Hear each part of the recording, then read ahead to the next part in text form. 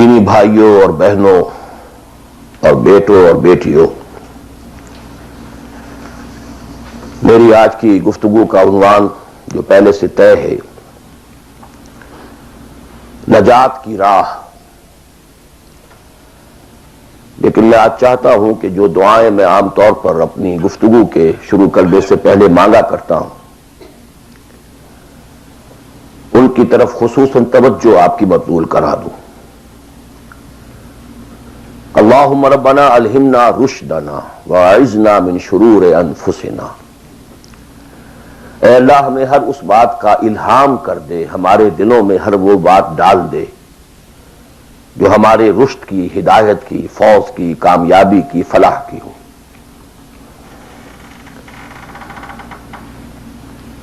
اللہم ارنا الحق حقا وارزقنا اتباعہ۔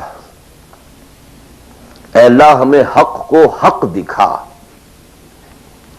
ہم اس میں دھوکہ نہ کھا جائیں، مغالطے میں نہ مبتلا ہو جائیں، اور اسے قبول کرنے کی، اختیار کرنے کی ہمیں توفیق عطا فرما۔ محض حق کو سمجھ لینا کافی نہیں ہے، بلکہ الٹا نقصان دہ ہے اگر اسے اختیار کرنے کے لیے انسان تیار نہ ہو۔ اللہم ارنا الحق حقا وارزقنا اتباعہ وارنا الباطل باطلا وارزقنا اجتنابہ۔ ہمیں باطل کو باطل ہی دکھا، ایسا نہ ہو کہ ہم غلطی سے باطل کو حق سمجھ بیٹھیں، اور اے اللہ ہمیں اس باطل سے اجتناب کرنے کی، اس سے بچنے کی ہمت عطا فرما۔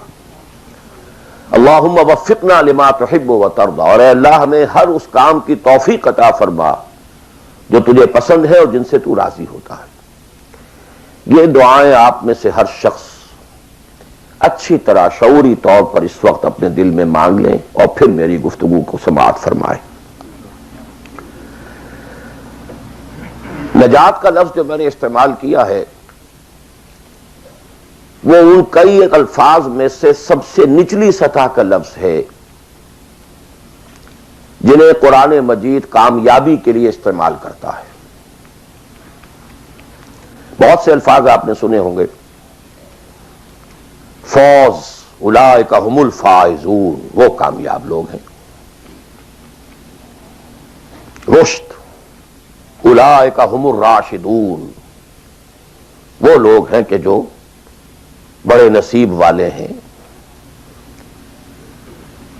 فلاح، اولئک هم المفلحون، وہ ہیں اصل میں کہ جنہوں نے بلند ترین کامیابی حاصل کر لی۔ سعادت، فاما الذین سعدوا، ان میں سب سے نیچے کا لفظ ہے نجات۔ نجات سے اوپر ہے فوز، فوز سے اوپر ہے فلاح۔ یہ اس کی ہائر ڈگریز ہیں، جیسے کامیابی امتحانات میں ایک محض پاس ہو جانا ہے اور ایک اس میں اے گریڈز لے کر آنا ہے۔ یہ ہمارے ہاں وہ ڈویژن شمار ہوتے ہیں، فرسٹ ڈویژن ہے، سیکنڈ ڈویژن ہے، تو یہ کئی اصطلاحات ہیں۔ فوز، فلاح، رشد، سعادت، سب سے کم سب سے نیچے، سب سے کم نجات۔ وَمَالِي أَدْعُوكُمْ إِلَى النَّجَاةِ وَتَدْعُونَنِي إِلَى النَّارِ۔ تو کم سے کم جو کامیابی کی شرائط اسلام میں ہیں، آج ہمیں ان پر گفتگو کرنی ہے۔ اللہ تعالی ہمیں اس سے اوپر بڑھنے کی توفیق دے، رشد اور فوز اور فلاح کی منزلوں سے ہم کنار فرمائے۔ لیکن ظاہر بات ہے کہ یہ تمام منزلیں بعد میں ہیں، پہلے کامیابی تو ہو۔ جہاں تک اس نجات کی راہ کا تعلق ہے، اس کے موضوع پر کیونکہ قرآن مجید کی جامع ترین سورت جو اس لیول پر گفتگو کرتی ہے اور جامع ترین ہے، وہ سورۃ العصر ہے۔ والعصر ان الانسان لفی خسر الا الذین آمنوا وعملوا الصالحات وتواصوا بالحق وتواصوا بالصبر۔ ثابت ہوا یہ بیس لائن ہے، اس سے نیچے تو نجات ہی نہیں ہے، وہ تو خسران ہے، ناکامی ہے، یہ بیس لائن ہے۔ اسی لیے میرا جو کتاب چاہے نجات کی راہ سورۃ العصر کی روشنی میں، the road to salvation in the light of Surah Al-Asr, Urdu میں بھی ہے، انگریزی میں بھی ہے۔ تو جیسا کہ میں نے بتایا تھا اپنی ترجمہ قرآن کے نشستوں میں کہ میں نے اسی سورۃ العصر پر بیس کر کے ایک منتخب نصاب قرآن مجید کے مطالعے کا سلیکٹڈ کورس آف اسٹڈی یہ مرتب کیا، جس میں آم کی گٹھلی جس طریقے سے وہ شے ہے جس سے پورا آم کا درخت وجود میں آ جاتا ہے، ایسے ہی سورۃ العصر ہے جس سے پورا قرآن جو ہے کھلتا چلا جاتا ہے۔ کتاب احکمت آیاتہ ثم فصلت من لدن حکیم خبیر، کل قرآن سورۃ العصر میں ہے۔ اس پر میرے آڈیوز ہیں، ویڈیوز ہیں، پورا منتخب نصاب بھی سمجھیے سورۃ العصر کی تفسیر ہے۔ بہرحال اس موضوع پر میں نے گزشتہ 35 سالوں میں لا تعداد مرتبہ گفتگو کی، لیکن آج میں ذرا ایک مختلف زاویے سے، مختلف اسلوب میں، باتیں وہی ہیں، حق تو ایک ہے، جہنم ایک ہی ہوگی، اس کے اندر داخلے کے دروازے لہا سبعۃ ابواب، جنت ہے اس سے داخلے کے دروازے مختلف ہیں، حق ایک ہے، لیکن اپروچ اس تک جانے کے لیے راستے ہیں بہت سے۔ تو میں آج ذرا ایک مختلف اسلوب سے وہی باتیں آپ کے سامنے دہراؤں گا۔ مختلف اسلوب کا فائدہ ہوتا ہے، جس بات کو انسان ایک خاص انداز سے سنتے رہنے کا عادی ہو جائے پھر اس پر توجہ نہیں کرتا۔ بہت مرتبہ سنی ہے یہی بات ہے، لیکن ذرا سا اسلوب بدل دیجئے تو ذہن جو ہے وہ بیدار ہو جاتے ہیں اور ایک نئی آمادگی پیدا ہو جاتی ہے بات کو سمجھنے کے لیے۔ اسی لیے وہ بڑا پیارا مصرع ہے کہ ایک پھول کا مضمون ہو تو 100 رنگ سے باندھوں۔ بات تو ایک ہی پھول کو ڈسکرائب کرنا ہے، لیکن اس کو اس طرح سے کروں، اس طرح سے کروں، ایسے کروں، اور اسی کو قرآن مجید نے استعمال کیا۔ یہ اصل اسلوب قرآن کا ہے، کذالک نصرف الآیات، تصریف الآیات، آیات کو گردش دینا۔ ایک آیت میں ایک مضمون پہلے ہے، دوسرا بعد میں ہے، دوسری آیت میں دوسرا مضمون جو ہے وہ پہلے آ گیا ہے اور پہلا جو ہے وہ بعد میں لے آئے۔ یا ایھا الذین آمنوا کونوا قوامین بالقسط شہداء للہ، یہ سورہ نساء میں ہے۔ یا ایھا الذین آمنوا کونوا قوامین للہ شہداء بالقسط، یہ آپ کو سورہ مائدہ میں مل جائے گا۔ لیکون الرسول شہیدا علیکم وتکونوا شہداء علی الناس، یہ سورہ حج میں ہے۔ لتکونوا شہداء علی الناس ویکون الرسول علیکم شہیدا، یہ سورہ بقرہ میں ہے۔ تصریف الآیات، کذالک نصرف الآیات۔ تو میں آج کوشش کر رہا ہوں تصریف آیات کے اس اسلوب کو کسی درجے میں، قرآنی اسلوب ہے، اس کو کاپی کرنا بھی آسان نہیں ہے، کوشش کروں گا اس سے اپنی وہی بات جو آپ میں سے بہت سے حضرات کے سامنے اس سے پہلے بہت مرتبہ آ چکی ہوگی، لیکن نئے اینگل سے۔ وہ اینگل کیا ہے؟ اللہ کا، دین کا ایک ہی تقاضا ہے انسان سے، وہ تقاضا جس کے بارے میں ہم کہہ سکتے ہیں کہ 100 بات کی ایک بات، ایک بات۔ جیسے اردو کا ایک محاورہ ہے، ہاتھی کے پاؤں میں سب کے پاؤں، وہ اتنا چوڑا پاؤں ہے کہ وہ سب پاؤں رکھ دیں تو اس میں آ جائیں۔ اس طریقے سے ایک بدو صحابی آئے تھے حضور سے، انہوں نے ایک سوال کیا تھا کہ مجھے کل دین کی بات ایک جملے میں سمجھا دیجئے۔ آپ نے فرمایا ہاں ٹھیک ہے، آؤ، قل آمنت باللہ ثم استقم، دیٹس آل، اللہ پر کہو کہ میں اللہ پر ایمان لایا، پھر اس پر جم جاؤ۔ اسی طرح آج میں آپ سے دین کا کل تقاضا، اللہ کا کل مطالبہ، اور میرے ذہن میں وہ آیت آ رہی ہے کلا لما یقض ما امرہ، ہم نے ایک ہی تقاضا انسان سے کیا، اس نے اس کو پورا نہیں کیا۔ اور میرے ذہن میں اس وقت ایک سین آ رہا ہے، وہ جو پکچر بنائی گئی تھی حضور کی سیرت پر، the messenger of Allah, the messenger of God perhaps, اس میں دکھایا گیا ہے کہ ابو طالب بستر وفات پر ہیں، آخری وقت ہے، قریش کا وفد آیا ہے الٹیمیٹم لے کر کے، ابو طالب اب ہمارا صبر کا پیمانہ لبریز ہو گیا، یا تو اپنے بھتیجے کو روک لو ورنہ پھر آئیے اوپن، پھر ایک اوپن چیلنج ہے، کھلے میدان میں مقابلہ کیجیے۔ ایک جملہ اس وقت اس پکچر میں ہے جو کہا ابو طالب نے، one word, my nephew demand from you only one word. اس نے تم سے کیا تقاضا کیا ہے؟ تم سے دولت نہیں مانگی، تم سے مال نہیں مانگا، تم سے حکومت نہیں مانگی، کچھ بھی تو نہیں مانگتا، وہ ایک بات مانگتا ہے، ایک کلمہ تک مانگتا ہے۔ ابو جہل نے فوراً ریٹارٹ کیا، دی ون ورڈ ہی demands demolishes all the gods. وہ ایک بات اس کی ایسی ہے کہ جو ہمارے سارے معبودوں کا تیا پانچا کر کے رکھ دیتی ہے، ختم کر دیتی ہے۔ ایک بات، دین تو ایک بات ہے۔ اسی انداز میں میں آپ کو بتا رہا ہوں کہ اللہ کا کل تقاضا، دین کا کل تقاضا ایک لفظ میں ہے، وہ لفظ ہے عبادت۔ تمام انبیاء کی دعوت آپ قرآن مجید میں مختلف مکی صورتوں میں پڑھیں گے، ان اعبدوا اللہ ما لکم من الہ غیرہ، اللہ کی عبادت کرو، تمہارا اس کے سوا کوئی الہ، کوئی معبود نہیں۔ خود قرآن کی دعوت صرف اس فرق کے ساتھ کہ پہلے انبیاء کہتے تھے یا قوم اعبدوا اللہ، اے میری قوم کے لوگوں اللہ کی عبادت کرو، اللہ کی بندگی کرو۔ حضور چونکہ بھیجے گئے پوری نوع انسانی کے لیے، تو یہاں خطاب ہے یا ایھا الناس اعبدوا ربکم الذی خلقکم والذین من قبلکم لعلکم تتقون۔ اے لوگو، اے بنی آدم، بندگی کرو، پرستش کرو اپنے رب کی جس نے تمہیں پیدا کیا۔ سورہ ذاریات میں فرمایا وما خلقت الجن والانس الا لیعبدون، تمہاری غایت تخلیق ہی یہ ہے، ہم نے تمہیں پیدا ہی اس لیے کیا ہے کہ تم ہماری بندگی کرو، ہماری عبادت کرو۔ اور وہی 100 بات کی ایک بات حضرت یوسف نے اپنے قید خانے کے ساتھیوں سے کہی تھی، ان الحکم الا للہ امر لا تعبدوا الا ایاہ ذلک الدین القیم۔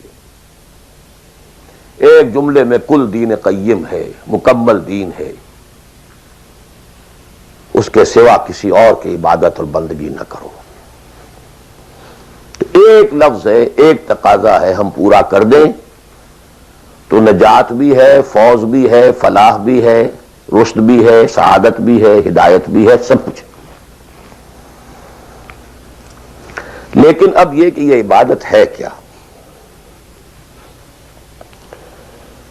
عبادت کے 5 اجزاء، بلکہ اجزاء کا لفظ میں نے غلط شمار کیا، استعمال کیا، 2 تو ہے لازمی اجزاء، لازمی،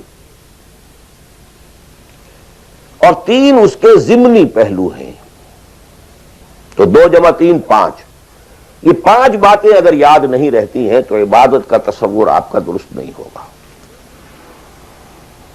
آخر کوئی اتنی بڑی بات ہے کہ تمام نبی اسی کی رٹ لگاتے رہے، اسی کی تکرار کرتے رہے؟ کوئی اتنی بڑی بات ہے کہ ابدی فوز و فلاح اور رشد اور سعادت اس کے ساتھ وابستہ ہے؟ کوئی بہت بڑی بات ہے، معمولی بات تو نہیں۔ ابدی جہنم اور ابدی جنت، کتنا فرق ہے، اب وہ اسی ایک لفظ کے ساتھ وابستہ ہے۔ عبادت ہے کیا؟ اس کے 2 جو لازمی اجزاء ہیں، ان میں سے ایک کی مثال ہے جسم۔ یہ میرا جسم 2.5 من وزن ہے اس کا، یہ میرا جسم ہے۔ ایک اس میں روح ہے، بدن وغیرہ نہیں ہے، نہ نظر آتی ہے، لیکن اصل انسان وہ روح ہے۔ اسی طرح عبادت کا جو جسد ظاہری ہے، جو نظر آتا ہے، پیلپیبل ہے، محسوس ہوگا، سامنے آئے گا، وہ ہے اطاعت کلی، total obedience. Without any reservation, کوئی استثناء نہ ہو۔ مخلصین لہ الدین، اطاعت کو اس کے لیے خالص کرتے، ٹوٹل اوبیڈینس۔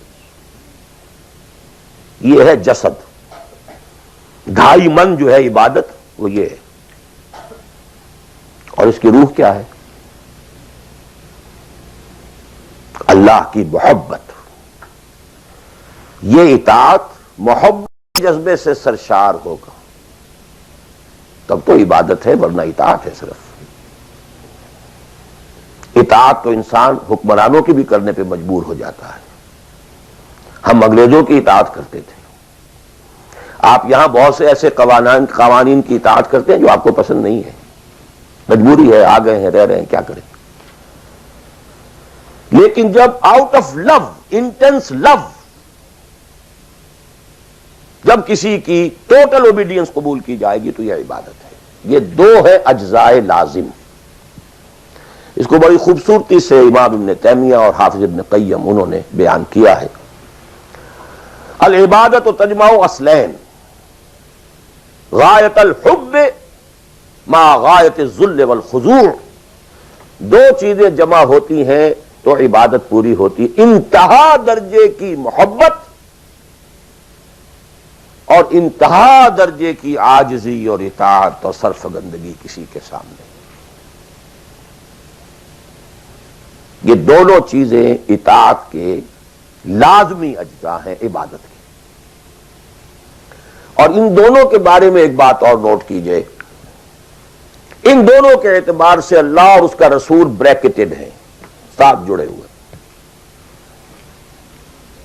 اس لیے کہ اللہ کی اطاعت رسول کی اطاعت کے ذریعے ہے۔ وَمَا أَرْسَلْنَا مِن رَّسُولٍ إِلَّا لِيُطَاعَ بِإِذْنِ اللَّهِ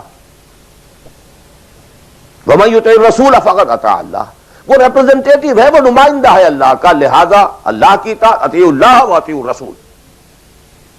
اطاعت میں یہ دونوں بریکٹڈ ہیں۔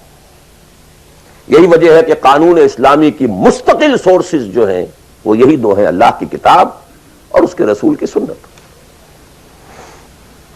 اسی طرح محبت میں بھی دونوں بریکٹڈ ہیں۔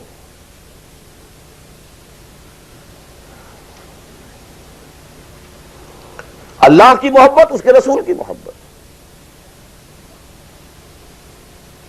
والذین آمنوا اشد حبا للہ، شدید ترین، اشد۔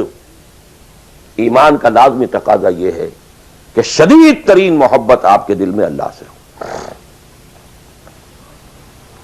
اور حضور نے فرمایا لا یؤمن احدکم حتی اکون احب الیہ من والدہ وولدہ والناس اجمعین۔ تم میں سے کوئی شخص مومن ہو ہی نہیں سکتا جب تک کہ میں اسے، اس کے باپ، اس کے بیٹے اور تمام انسانوں سے زیادہ محبوب نہ ہو جاؤں۔ اطاعت اور محبت میں دونوں بریکٹڈ ہیں، اللہ کی اطاعت، رسول کی اطاعت، اللہ کی محبت، رسول کی محبت۔ بلکہ ایک نقطہ اور نوٹ کر لیجئے، نظری طور پر بالا تر اطاعت اللہ کی ہے اور بالا تر محبت اللہ کی ہے، اور دوسرے درجے میں اطاعت رسول کی ہے اور دوسرے درجے میں محبت رسول کی ہے۔ عملاً ایک ہے نظری چیز، ایک ہے عملاً۔ عملاً اصلت اطاعت رسول کی ہے، اللہ کے اطاعت اس کے تابع ہے۔ کیوں؟ اللہ کا حکم بھی تو رسول نے دیا ہے، وہ بھی رسول کے منہ سے ہمیں اب تک پہنچا ہے۔ بمصطفیٰ برسا خیش را کے دی ہموس، اگر بہو نہ رسی دی تمام بولا بیس۔ تو اطاعت تو بن گئی رسول کی، اصلا رسول ہی نے بتایا، اللہ کا یہ حکم آیا تو ہم مان رہے ہیں۔ اسی طرح بڑا پیارا مصرع ہے اقبال کا، از خدا محبوب تر گردد نبی، اللہ سے بھی کہیں زیادہ محبوب ہو جاتا ہے اللہ کا نبی۔ اس کی وجہ بھی ہے، اللہ کا ہم کیا تصور کریں، اللہ کی فیلنگز کا ہمیں کیا اندازہ ہو سکتا ہے؟ کوئی فیلنگز ہے کیا ہے؟ رسول کو ہم ایک ہیومن بینگ کی حیثیت سے ویژولائز کر سکتے ہیں۔ رسول کو بھی چوٹ لگی تھی، دل پر چوٹ لگی تھی۔ رسول کے پاس بھی بیٹی آئی تھی، بڑی پیاری بیٹی فاطمہ تو بضعۃ منی. ابا جان اب تو عام لوگوں کے ہاں بڑی فراوانی ہو گئی ہے. ذرا یہ دیکھیے میرے ہاتھوں پر گٹے پڑے ہوئے ہیں چکی پیسنے کی وجہ سے, میرے کندھے کے اوپر نشان پڑ گئے ہیں, مشکیزے میں پانی بھر کر لاتی ہوں. مجھے بھی کوئی کنیز کوئی غلام عنایت ہو جائے.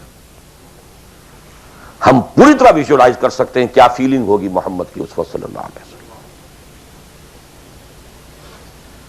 تو ہم ویژولائز کر سکتے ہیں نا کہ کیا کلیجہ اللہ نے دیا تھا کہ فرمایا بیٹی نہیں یہ چیزیں ہمارے لیے نہیں, تمہیں میں اس سے بہتر چیز دیتا ہوں. 33 مرتبہ سبحان اللہ, 33 مرتبہ الحمدللہ, 33 مرتبہ اللہ اکبر ہر نماز کے بعد کہہ لیا کرو. یہ کہیں زیادہ بڑی قیمتی شے. ہم محسوس کر سکتے ہیں کہ رسول کے دل پر کیا بیتی تھی جب حضرت حمزہ کی آزا بریدہ لاش سامنے آئی ہے کہ ناک کٹی ہوئی ہے, کان کٹے ہوئے ہیں, پیٹ چاک ہے, کلیجہ باہر نکلا ہوا, اسے چبایا گیا. But what is feelings؟ اور کیا پہاڑ جیسا دل اللہ نے دیا تھا, کیسے جبر کیا ہے, کیسے صبر کیا ہے. اگرچہ ایک وقت میں آ کر بات ظاہر ہو گئی جب مدینے میں واپس پہنچے ہیں اور انصار کے گھروں سے عورتوں کے بین کرنے کی, ماتم کرنے کی آوازیں آئیں تو الفاظ نکل گئے اما حمزہ تو فلا بواکی لہو, ہائے حمزہ کے لیے تو کوئی رونے والی بھی نہیں ہے. حمزہ مہاجر ہے یہاں, حمزہ کا کون رشتہ دار, کون عورتیں رشتہ دار ہیں اس کی جو اس کا ماتم کریں گی. ہاں مکے میں ہوتا حمزہ عبد المطلب کا بیٹا اور یہ حادثہ ہوا ہوتا تو پورے مکے میں کوہرام ہوتا. آخر فیلنگز تھے کہ نہیں؟ اس لیے از خدا محبوب تر گردد نبی. بہرحال یہ دو چیزیں میں نہیں چاہتا کہ بات زیادہ دور نکلے, کلیئر کٹ ہمیں آگے چلنا ہے. ایک تقاضا 100 بات کی ایک بات, عبادت کرو خالصتاً اللہ کی. عبادت کے 2 اجزاء لازم, اطاعت کلی absolute obedience, total obedience without any reservations, without any exceptions, کوئی استثناءات نہ ہو. زندگی کا ہر گوشہ, زندگی کا ہر پہلو, ظاہری ہو, باطنی ہو, داخلی ہو, خارجی ہو, انفرادی ہو, اجتماعی ہو, عائلی ہو, قومی ہو, سیاسی ہو, ہر اعتبار سے اللہ کی اطاعت. اور یہ اطاعت ہو اللہ کی محبت کے جذبے سے سرشار ہو کر, اور ان دونوں چیزوں میں اللہ کے ساتھ نظری طور پر, ثانوی طور پر, عملاً اولاً محبت رسول اور اطاعت رسول شامل ہے. 3 چیزیں ضمنی ہیں, اور یہ ضمنی چیزیں ایکسکلوسیو اللہ کے لیے, خالص اللہ کے, یہ رسول کے لیے نہیں. نمبر 1, تعظیم کے کچھ مظاہر ہیں. سجدہ کرنا, قنوت, تعظیماً کسی کے سامنے کھڑے ہونا, ہاتھ باندھ کر, کندھے جھکا کر, یہ قنوت کہلاتا ہے. کھڑے ہونا تعظیماً, جھکنا تعظیماً, جس میں رکوع بھی ہے سجدہ بھی ہے, مطلقاً حرام کسی کے لیے بھی, یہ صرف اللہ. یہ مینیفیسٹیشنز ہیں اس کی, عبادت کا مظہر ہے. فقوموا للہ قانتین, اللہ کے سامنے کھڑے رہا کرو, سجدہ کرو. یہ اللہ کے سوا کسی کے. ذرا مجھے ایک گلاس پانی لا دیجئے, مجھے ذرا یہ کر دیجئے, معلوم ہے پانی ہے, یہ جائے گا لے آئے گا, لیکن بالغیب مدد کسی سے مانگنا, استغاثہ کسی سے کرنا, استعانت کسی سے کرنا حرام ہے. عبادت کو 0 سے ضرب دے کر 0 کر دیتا. نمبر 3, اخلاص و احتساب, صرف اللہ. جو نیک کام کرے صرف اس کی خوشنودی کے لیے. یہاں تک کہ حضور کے سامنے ایک صحابی ایسے ہی محاورے میں رواں روی میں کہہ بیٹھے ما شاء اللہ و ما شئت، جو آپ چاہیں اور اللہ چاہیں. فوراً ڈانٹ دیا اجعلتنی للہ ندًا، تم نے مجھے اللہ کا مد مقابل بنا دیا. مشیت صرف اس کی، وما تشاءون الا ان یشاء اللہ. کوئی نیک کام سوائے اس کی رضا جوئی کے لیے اگر کسی اور کے لیے کیا گیا، ریا ہے، سمعہ ہے، دکھاوے کے لیے ہے، شہرت کے لیے ہے، دنیا کمانے کے لیے ہے، لیڈری چمکانے کے لیے ہے، اقتدار حاصل کرنے کے لیے ہے، کوئی بھی اور مقصد اگر شامل ہوا، زیرو سے ضرب کھا کر پوری عبادت زیرو ہو جائے گی. احتساب، بدلے کی توقع صرف اللہ سے. یہ لفظ آپ خاص طور پر سنتے رہے ہوں گے ان دنوں بہت. من صام رمضان ایمانا واحتسابا غفر له ما تقدم من ذنبه ومن قام رمضان ایمانا واحتسابا غفر له ما تقدم من ذنبه ومن قام ليلة القدر ایمانا واحتسابا. ایمان کے ساتھ احتساب کیوں آ رہا ہے؟ اس کا اجر و ثواب سوائے اللہ سے اور کسی سے توقع نہ ہو. یہ 5 چیزیں ہیں. جہاں تک اطاعت کا تعلق ہے اس میں ایک ایکسیپشن نوٹ کر لیجئے. کہیں کسی وقت نسیان سے، خطا سے یا جذبات کے طوفان میں آ کر کوئی غلط حرکت کر بیٹھا، لیکن فوراً توبہ کر لے، یہ مستثنیٰ ہے. میں نے 3 الفاظ کہے. خطا، آپ نہیں سمجھتے تھے کہ جو میں کرنے چلا ہوں یہ ڈس اوبیڈینس ہے، آپ کو پتہ ہی نہیں تھا، خطا ہوگی. نسیان، بھول گئے. ایک وقت ایسا ہے کہ آدمی کے اوپر غفلت کا ایک پردہ پڑ جاتا ہے. حضور خود فرماتے انہ لیغان علی قلبی وانی لاستغفر اللہ فی کل یوم 70 مرہ. میرے دل پر بھی کبھی کبھی حجاب سے آ جاتا ہے، میں روزانہ 70 مرتبہ استغفار کرتا ہوں اللہ. تو ہم اپنے حجابات پر حضور کے حجاب کو قیاس نہیں کر سکتے کہ نسبت خاک ربا عالم پاک، وہ کوئی اور شے ہے، یہ کوئی اور شے ہے. لیکن یہ کہ باہر پردہ تو پڑتا ہے، اس میں بھی غلط حرکت سرزد ہو گئی. یا نمبر 3، جذبات کا کوئی ہیجان تھا جس نے کہ اوور پاور کر دیا، انسان کی قوت ارادی کو معطل کر دیا، کوئی غلط حرکت سرزد ہو گئی. لیکن پھر توبہ فوراً. انما التوبۃ علی اللہ للذین یعملون السوء بجہالۃ ثم یتوبون من قریب. جیسے ہی طوفان گزرا فوراً ہوش میں آیا، یہ مجھ سے کیا ہو گیا؟ لا الہ الا انت سبحانک انی کنت من الظالمین. ربنا ظلمنا انفسنا وان لم تغفر لنا وترحمنا لنکونن من الخاسرین وان لم تغفر لی وترحمنی لاکونن من الخاسرین. اب یہ دعا رہے، گڑ گڑا کر اللہ معاف کر دے گا. It will be written off. It will be expunged. محو کر دیا جائے گا. یکفر عنہ سیئاتہ، اس کے معنی یہی ہے. ہاں اس کے برعکس اگر ایک گناہ بھی جان بوجھ کر مستقلاً کرتے رہے، ایک، باقی ساری 99% عبادت ہو رہی ہے، ایک حرام شے کو اپنے لیے حلال ٹھہرا لیا، شعوری طور پر، ارادی طور پر، مداومت کے ساتھ اس کے اوپر ڈیرے جما لیے، وہ ایک گناہ جو ہے وہ پوری عبادت کو زیرو سے ضرب دے کر زیرو کر دے گا، اور خلود فی النار، آگ میں ہمیشہ رہنے کی وعید. بلا من کسب سیئۃ واحاطت بہ خطیئتہ فاولئک اصحاب النار هم فیہا خالدون. ان پوائنٹس کو اچھی طرح نوٹ کیجیے. خطا میں فرق ہے، گناہ میں فرق ہے. ایک گناہ غیر شعوری طور پر ہو گیا، خطا سے ہو گیا، نسیان سے ہو گیا، وقتی طوفان جذبات کا، کسی ایسی محفل میں تھے، مجلس میں تھے، کھو گئے، غلطی ہو گئی، فوراً متنبہ ہو گئے فوراً. یہ اور ہے. جیسے کہ آدمی، مجھے اچھی طرح یاد ہے ایک مرتبہ، اور میں بھولتا نہیں اس واقعے کو، میں میڈیکل کالج میں پڑھ رہا تھا تو سائیکل پر جا رہا تھا کالج، اور سلپری تھی روڈ. جب سائیکل سلپ کرتی ہے تو پتہ نہیں چلتا میں کب گر گیا.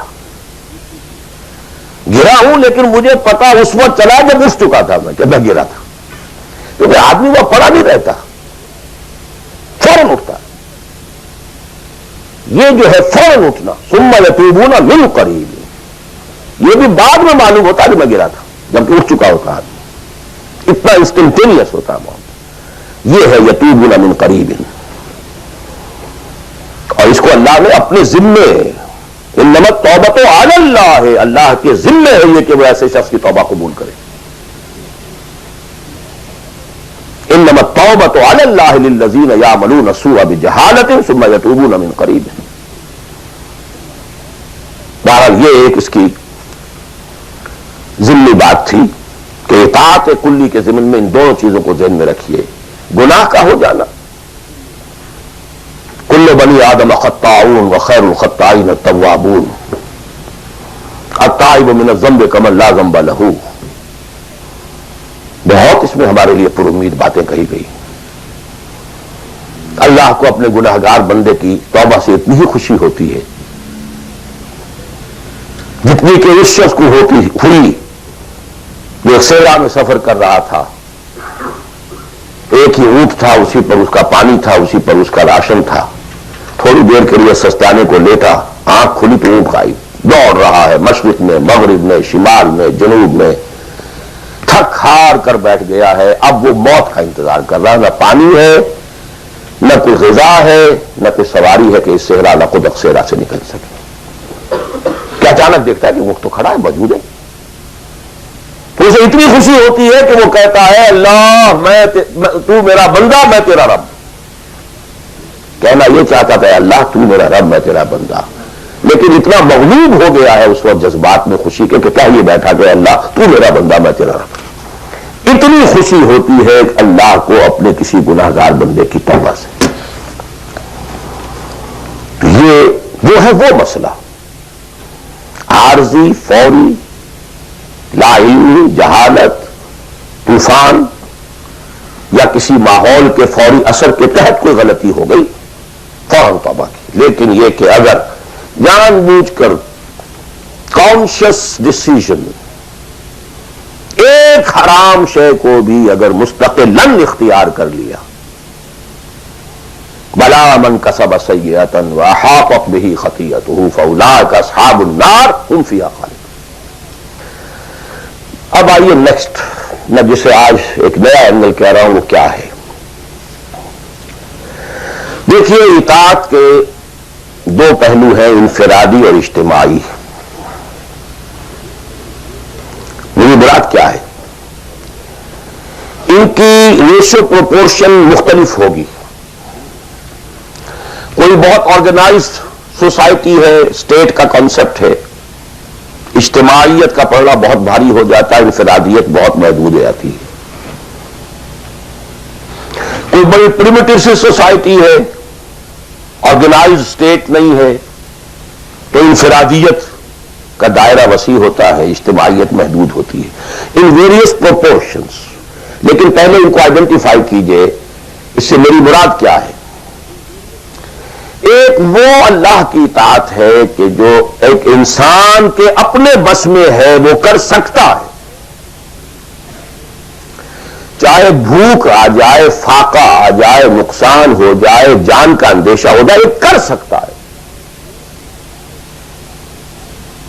ایک وہ اطاعت ہے جو کسی صورت کر ہی نہیں سکتا جب تک کہ اجتماعی ماحول نہ بدلے. کتنا ہی سنسیئر ہو، کتنا ہی نیک ہو، کتنا ہی فیصلہ کر لے، کر ہی نہیں سکتا. وہ اس کے ہاتھ میں ہے ہی نہیں.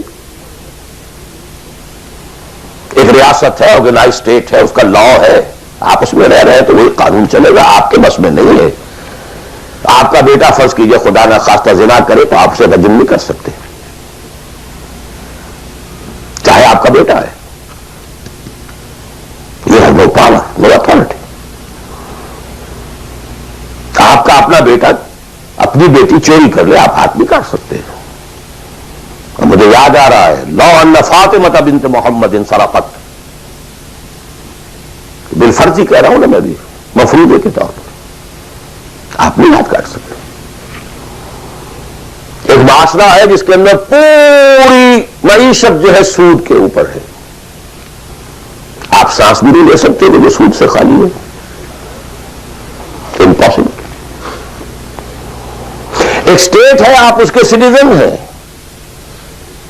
آپ اس کے کانسٹیٹیوشن کے لائل ہیں, فیتھفل ہیں. تو جیسا کہ میں نے کہا تھا, آرگنائز سوسائٹی اسٹیٹ میں یہ دائرہ بہت بڑھ جاتا ہے. ٹرائبل ہے, وہاں یہ کہ انفرادیت کا کافی دائرہ ہوتا ہے, قانون کم سے کم ہوتے ہیں, نظم کم سے کم ہوتا ہے, سسٹم جو ہے اس کی گرفت کم سے کم ہوتی ہے. اب دیکھیے, دو حیثیتیں دنیا میں ممکن ہیں. ایک انتہائی خوش بختی کی, انتہائی خوش قسمتی کی کہ ایک انسان ایک ایسے ماحول میں پیدا ہو گیا ہے, یا وہ ہجرت کر کے ایسے ماحول میں چلا گیا ہے جہاں ٹوٹل دین غالب ہے, دین قائم ہے, نظام ہے دین کا, حکومت ہے اللہ کی. وہاں جا کر انسان کتنا how at ease he will feel. No friction. وہ بھی اللہ کی بندگی کرنا چاہتا ہے, ماحول بھی سازگار ہے, پورا نظام بھی اللہ کی بندگی پر ہے, پورا قانون بھی اللہ ہی کا نافذ ہے, پورا تعلیم کا ڈھانچہ بھی اللہ ہی کے ہدایت کے مطابق ہے, تمام ذرائع ابلاغ سے بھی اسی کے مطابق چیزیں جو نشر ہو رہی ہیں, اور یہ ویژول سب کچھ. انتہائی خوش قسمتی, موسٹ فارچونیٹ کہ ایک انسان ایسے ماحول میں ہو. لیکن فرض کیجئے کہ وہ ایسے ماحول میں ہے جہاں اللہ کا دین غالب نہیں, بہت محدود سا حصہ ہے جس میں وہ اللہ کا حکم مان سکتا ہے, نماز وہ پڑھ سکتا ہے, روزہ رکھ سکتا ہے, کوئی نہیں روکتا. اسرائیل میں بھی جا کے پڑھ لیجئے نماز اور روزہ, امریکہ میں کر لیجئے, بھارت میں کر لیجئے, کوئی نہیں روکتا. ہو گئے.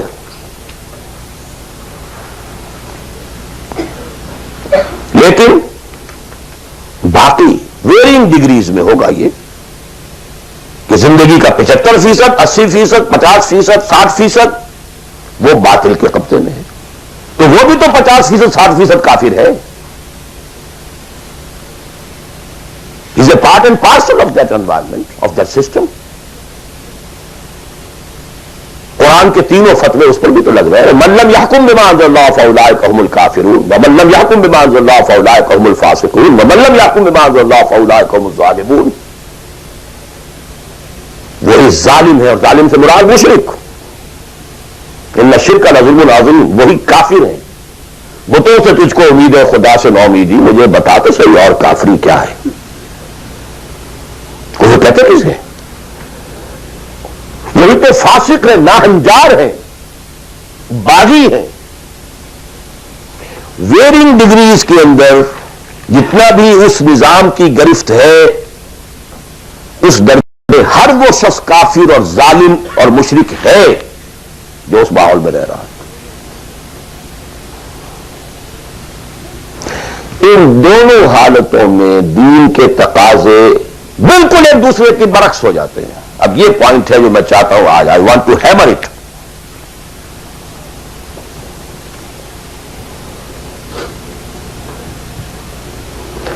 اگر آپ خلافت راشدہ کے دوران پیدا ہو گئے ہوتے, موسٹ فارچونیٹ, موسٹ ایزی.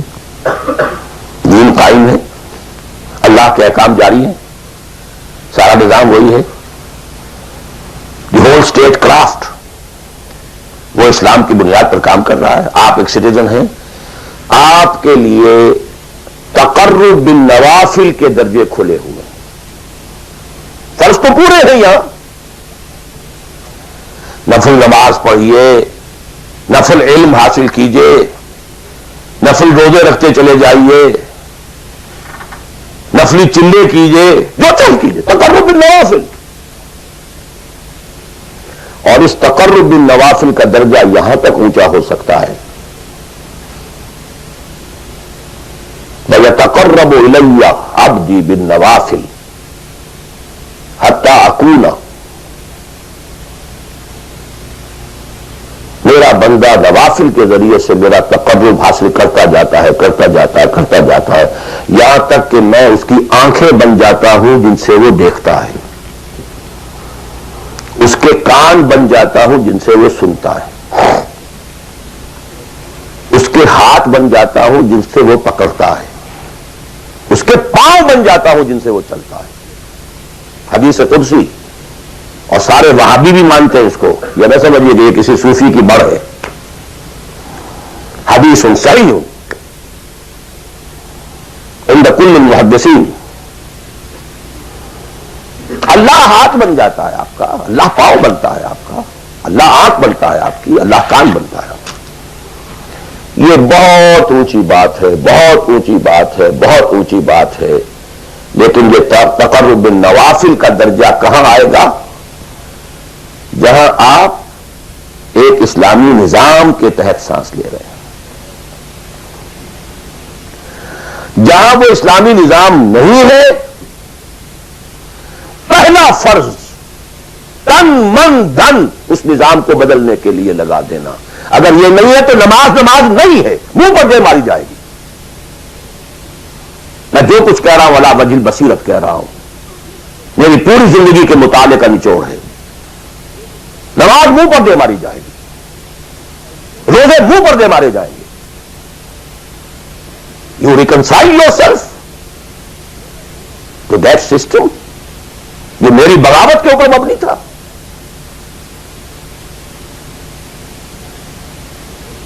پہلا فرض یہ تن من دھن، you can not reconcile with that system, you can not accept that system. اس میں اپنے آپ کو اکوموڈیٹ کرنا، اس میں اچھے کیریئر تلاش کرنا، اس میں اچھی جائیداد بنانا، اس میں پیسہ جمع کرنا، اس میں اچھی سے اچھی بچوں کو ایجوکیشن تاکہ بہتر سے بہتر زندگی وہ بھی گزار سکیں، سب کا سب حرام، مطلقاً حرام۔ پہلا کام یہ ہے اپنی جان، اپنا مال، اپنا تن، اپنا دھن سب اللہ کے دین کے لیے خرچ کرو۔ سب سسٹمز لیول کے اوپر صرف جان کو باقی رکھنے کے لیے جو ناگزیر ہے، that is allowed, nothing more. This is the point, crucial point. اب ہمارے سامنے حدیثیں ہوتی ہیں، وہ سارے فضائل کی کتابیں ہیں اور یہ ہیں جن کا تعلق اس ماحول سے تھا جبکہ دین قائم ہو چکا تھا۔ اس کانٹیکسٹ میں باتیں ہو رہی ہیں، نفل کی بات ہو رہی ہے اور قیام اللیل کی بات ہو رہی ہے، اور جو ہے ختم قرآن کی بات ہو رہی ہے، اور اگر فجر کے بعد بیٹھے رہے مصلے پر اور 2 رکعت پڑھ کر اٹھے جبکہ سورج نکل چکا ہے تو اب یہ اتنا اونچا سوال، یہ ساری باتیں، all these things become absolutely irrelevant. The deciding factor is دین غالب ہے، ٹھیک ہے، چلو نوافل کی طرف، قرات کی طرف چلو، جتنا آگے سے آگے یتقرب الی العبد بالنوافل، ورنہ تقرب بالفرائض پہلے فرض کرنے ہوں گے، اور فرضوں میں پہلا فرض جہاد ہے۔ Now please note this word. جہاد اصل میں اس جد و جہد کا جامع عنوان ہے، یہ اسٹرگل اگینسٹ دیٹ سسٹم۔ لہذا انما المؤمنون الذين آمنوا بالله ورسوله ثم لم يرتابوا وجاهدوا باموالهم وانفسهم في سبيل الله، integral part of the definition of a مومن۔ اگر زندگی اس سے خالی ہے یا اتنی ہے، بس اتنی ہو جائے نفل کے درجے میں، اصل وقت اصل دھارا بہ رہا ہے دنیا کی طرف، دنیا کے حصول کے لیے، جتنا پھیل سکیں، جتنا پھل سکیں، جتنا پھول سکیں، جتنی جڑیں گہری جما سکیں، جتنا کچھ اولاد کے لیے چھوڑ کر بڑھ سکیں، جتنا اولاد کو زیادہ سے زیادہ دنیا کی سہولتیں دینے حاصل کرنے کے قابل بنا کر جا سکیں، ساری تو توانائیاں اور ساری قوتیں اور ساری صلاحیتیں اور سارے اوقات تو کپے ہوئے اس میں. اچھا آپ کو تھوڑا سا دین کا کام بھی, آخر دھوکہ تو اپنے آپ کو دینا ہی ہے نا.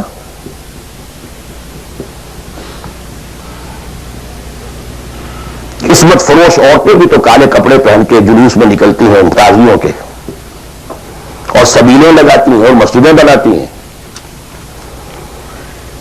They have to deceive themselves. ڈاکو لوگ, دیہات, صفات یتیموں اور بیواؤں کی سرپرستی کرتے تھے. ہمارے معاشرے میں جو بستہ الف بستہ بے کے غنڈے ہوتے ہیں, ان کے ہاں بھی نیکی کا, پن کا, خیر کا کھاتا ہوتا ہے. اسی طرح کچھ مذہبی ایکٹیویٹی ہے. اصل شے یہ ہے کس ماحول میں رہ رہے ہیں. بہت خوش قسمت ہوتا میں اور آپ, پھر آپ اچھے سے اچھا پہنتے, کوئی اعتراض نہیں, اچھے سے اچھا کھاتے. قل من حرم زینۃ اللہ التی اخرج لعبادہ والطیبات من الرزق. خلافت راشدہ میں آپ رہ رہے ہیں, آپ حلال ذریعے سے کما رہے ہیں, آپ بہت اچھا کھائیے, بہت اچھا پہنیے, بلکہ اللہ چاہتا ہے کہ اس کی نعمت جو اس نے تمہیں دی ہے وہ تم پر ظاہر ہو. لیکن پلیز نوٹ دی کانٹیکسٹ. دین مغلوب ہو اور آپ اچھا پہننے اور اچھے کھانے کی فکر میں ہو. مجھے جملہ یاد آ رہا ہے حضرت ابو بکر کا رضی اللہ تعالی عنہ. تھوڑا سا مسئلہ ہوا تھا کہ لوگوں نے کہا کہ زکوٰۃ ہم دیں گے لیکن زکوٰۃ ریاست کو نہیں دیں گے, اپنے طور پر خرچ کریں گے. حضرت ابو بکر نے فیصلہ کیا ان کے خلاف جنگ کا. حضرت عمر جیسی شخصیت بھی مشورہ دے رہی ہے کہ دیکھیں نہیں, دو فرنٹ پہلے ہم نے کھولے ہوئے ہیں. جیش اسامہ کو بھی آپ نے روکا نہیں کہ جائے, حضور نے تیار کیا تھا. پھر جو مرتدی ہو گئے, کسی اور کو نبی مان لیا, ان کے خلاف تو جنگ کرنی ہی کرنی ہے, لیکن یہ تو صرف نماز بھی پڑھ رہے ہیں اور یہ زکوٰۃ کا بھی انکار نہیں کر رہے, صرف ہمیں نہیں دے رہے ہیں. تو ان کے ساتھ ذرا مصلحت کا تقاضا یہ ہے کہ کچھ نرمی کی جائے. یہ بڑے پیارے الفاظ تھے. ایبدل الدین وانا حی, کیا دین میں تغیر کیا جائے گا جبکہ ابھی میں زندہ ہوں؟ خدا کی قسم اگر یہ حضور کے زمانے میں زکوٰۃ کے اونٹوں کے ساتھ ان کے باندھنے والی رسی بھی دیتے تھے, اور اب اگر یہ کہیں گے کہ اونٹ لے جاؤ رسی نہیں دیں گے, تب بھی میں قتال کروں گا, اور خدا کی قسم کوئی میرا ساتھ نہیں دے گا تو میں اکیلا جاؤں گا. اور اے عمر تمہیں کیا ہو گیا, تم جاہلیت میں تو بڑے سخت تھے, اسلام میں آ کر تم نرم ہو گئے ہو. یہ ڈانٹ ابو بکر پلا رہے ہیں عمر کو رضی اللہ تعالی عنہ. تو اچھی طرح جان لیجیے, اب میں نہیں کہہ سکتا کہ میں کس طریقے سے اس کو بیان کروں, کیسے ٹھوک ٹھوک کر آپ کے ذہن میں اتار دوں. یہ ہے اصل شے. دین کا سارا سٹرکچر ہی بالکل ریورس ہو جاتا. The whole value structure absolutely changes. دین غالب ہے تو وہ ساری باتیں ہیں جو ہم نے خوب یاد کی ہوئی ہیں. حاصل حقوق والدین بھی تو ہے نا, آخر بچوں کے حقوق بھی تو ہے نا.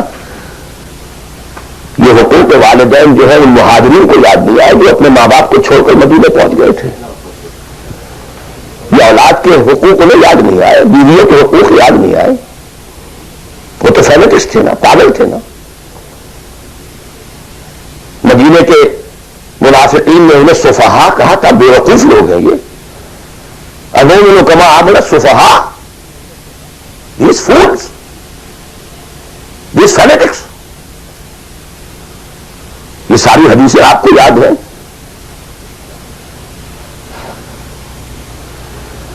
فرق ہے. اسلام غالب ہے تو مسئلہ کچھ اور ہے. اچھا کھائیں, اچھا پہنیں, نوافل ہے, نوافل پر نوافل ہے. جتنی ترقی کیجیے دنیا میں کرنا چاہے دنیا میں کیجیے, روحانی ترقی کرنا چاہے روحانی ترقی کیجیے, سارے میدان کھلے ہیں. علم میں, پروفیشن میں, کسی خاص فن میں ترقی کرنا چاہے کیجیے. دین غالب نہیں ہے اور آپ خود 50%, 60%, 70%, 90% کافر ہیں, اس لیے کہ اس ماحول کا جز ہے جس میں کفر کا نظام ہے. پہلا کام تو اپنے آپ کو اس کفر سے نجات دلانا ہوگا، پھر نماز بھی اسی کے لیے ہے۔ وَاسْتَعِينُوا بِالصَّبْرِ وَالصَّلَاةِ، مدد حاصل کرو نماز سے۔ کس کام کے لیے مدد حاصل کرو؟ The mission to make the deen of Allah supreme، ان اقیموا الدین۔ نماز اس کے لیے سبسروینٹ ہے، اس کے لیے مدد ہے۔ روزہ اسی کے لیے جنگ کرنے کی صلاحیت پیدا کرنے کے لیے ہے۔ اس لیے 23ویں رکوع میں سورہ بقرہ کے روزے اور رمضان کے احکام میں 24ویں رکوع میں قتال شروع ہو گیا۔ قاتلوا فی سبیل اللہ الذین یقاتلونکم۔ اور عرب جو ہے وہ روزہ رکھواتے ہی صرف گھوڑوں کو تھے، خود تو رکھتے ہی نہیں تھے، کیونکہ گھوڑے کو استعمال کرتے تھے لوٹ مار میں، غارت گری میں، جنگوں میں۔ اور گھوڑا ہے نرم نازک مزاج جانور، پیاس برداشت نہیں کر سکتا، بھوک برداشت نہیں کر سکتا، اونٹ تو کر جاتا، چاہیے تھا انہیں گھوڑا، لہذا گھوڑے کو عادی بناتے تھے دھوپ کا، پیاس کا، بھوک کا، تاکہ ایسا نہ ہو کہ مارکے کا وقت اور گھوڑے صاحب جواب دیے بیٹھے ہوں تو سوار کیا کرے گا؟ تو ساما یسومو عربی زبان میں گھوڑے کے لیے تھا، انسانوں کے لیے تھا ہی نہیں۔ یہ تو مدینے میں آنے کے بعد پھر حضور نے یہودیوں کو دیکھا کہ روزہ رکھتے ہیں تو آپ نے بھی مسلمانوں سے کہا عاشورہ کا روزہ ہے وغیرہ وغیرہ، چھوڑ دیجیے، اس بات کو لمبی ہو جائے گی۔ یہ ساری چیزیں اصل میں ہے اس مقصد کے لیے۔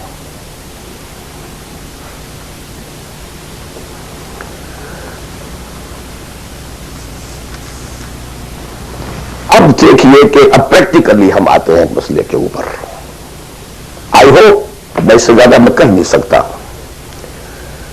یہ ممکن نہیں ہے کہ میں اپنے احساسات کو جیسے کہ میرے ہیں آپ پر منتقل کر دوں۔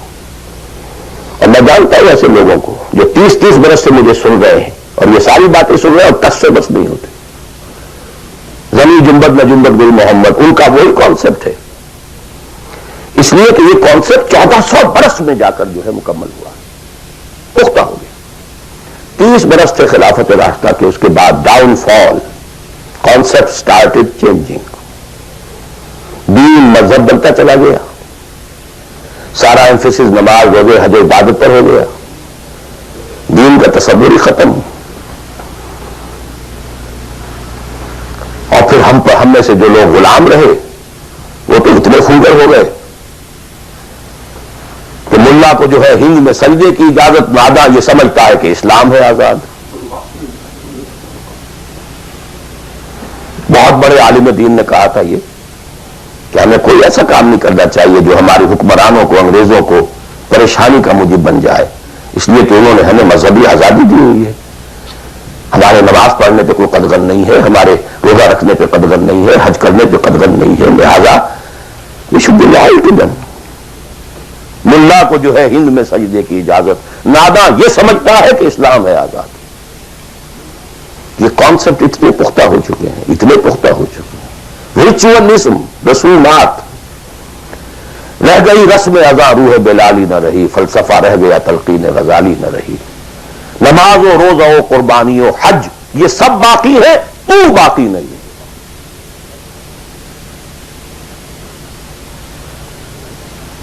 نمازیں بھی ہے، روزے بھی ہے، تراویح بھی ہم نے پڑھی ہے، اب موسم آ رہا، عید الاضحیٰ بھی ہوگی، قربانی بھی ہوگی، حج کے لیے بھی جائیں گے، لیکن دنیا پر کوئی اثر اس کا؟ 30 لاکھ آدمی حج کر کے آئیں گے، معاشرے پر کوئی زیرو کے برابر بھی کوئی اثر ہے؟ جو خود کا جا کر کے آتے ہیں ان پر کوئی اثر ہوتا ہے؟ جیسے گئے ویسے آئے۔ الٹا یہ کہ یہ اور کانفیڈنس لے آئے کہ پچھلے سارے گناہ معاف ہو گئے، اب اثر نو کرنے کی چھوٹ ہے۔ اسی وجہ سے اپنی، اور میں اپنا 35 سال کا تجربہ آپ کو بتا رہا ہوں، اصل ڈیسائسو پوائنٹ یہ، اس کو سمجھ لیں اگر تو آپ کا پورا تصور بدل جائے گا، ویلیو اسٹرکچر بدل جائے گا، لیکن نہیں تو پھر جو بھی ہے وہ ہے۔ اب میں ایک عملی سوال کہہ رہا تھا کہ اس میں بڑا عملی سوال ہے، میں کیا کروں؟ میں ایک ایسے ماحول میں رہ رہا ہوں جس میں اللہ کا دین غالب نہیں ہے، نماز پڑھ رہا ہوں، روزہ رکھ رہا ہوں، میں شراب نہیں پیتا، میں سور نہیں کھاتا، چلو میں نے اپنا اکاؤنٹ جو ہے بینک میں جو ہے کرنٹ اکاؤنٹ رکھا ہوا ہے، میں نے کوئی سود نہیں لیا، میں سود لینا چاہتا ہوں، کیا کروں؟ اکیلا چنا پہاڑ کو تو نہیں پھوڑ سکتا، پورا نظام تو میرے بدلنے سے نہیں بدل جائے گا، تو میں تو رہا تو 40%، 50%، 60%، 70% کافر کا کافر،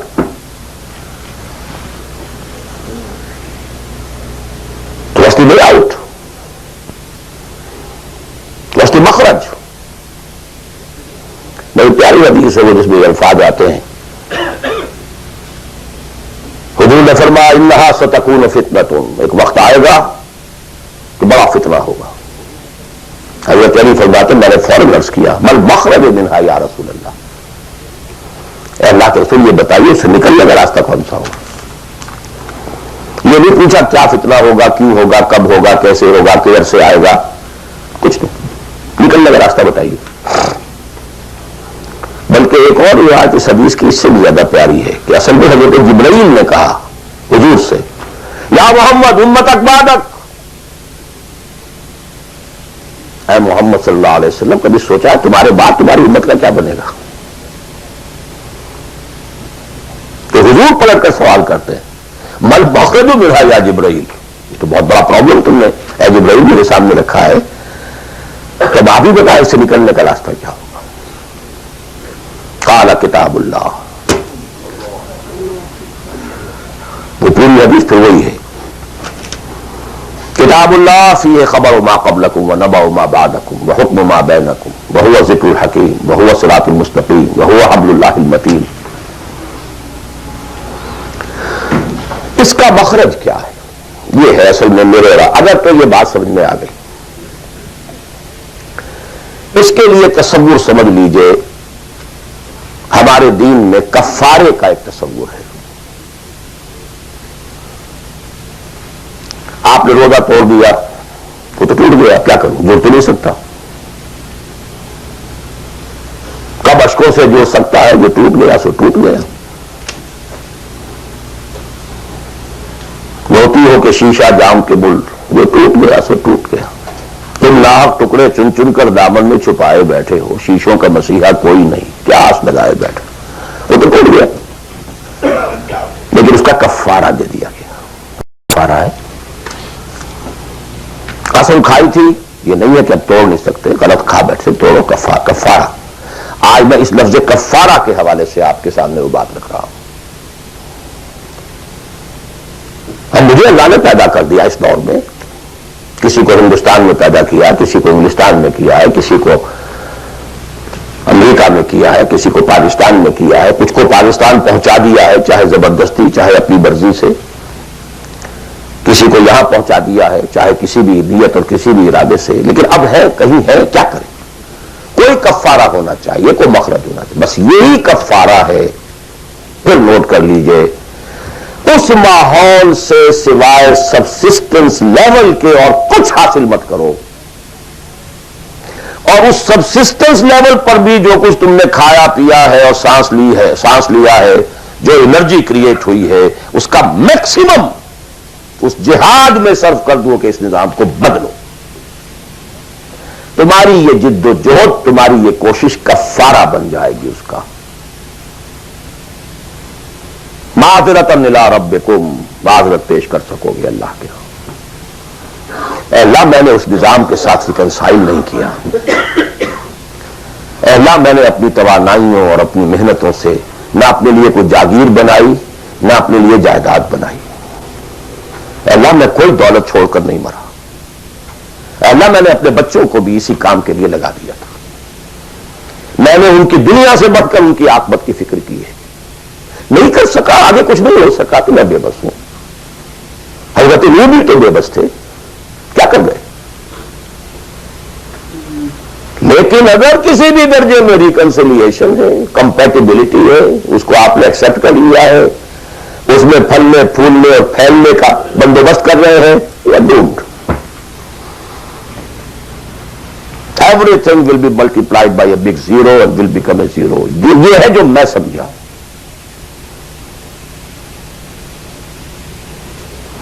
اس کا نام ہے جہاد. کانسٹنٹ فرکشن، کانسٹنٹ اسٹرگل، جان مال. ان صلاتی و نسکی و محیایا و مماتی للہ رب العالمین. میری زندگی کا مقصد تیرے دیے کی سرفرازی. میں اسی لیے مسلمان، میں اسی لیے نمازی.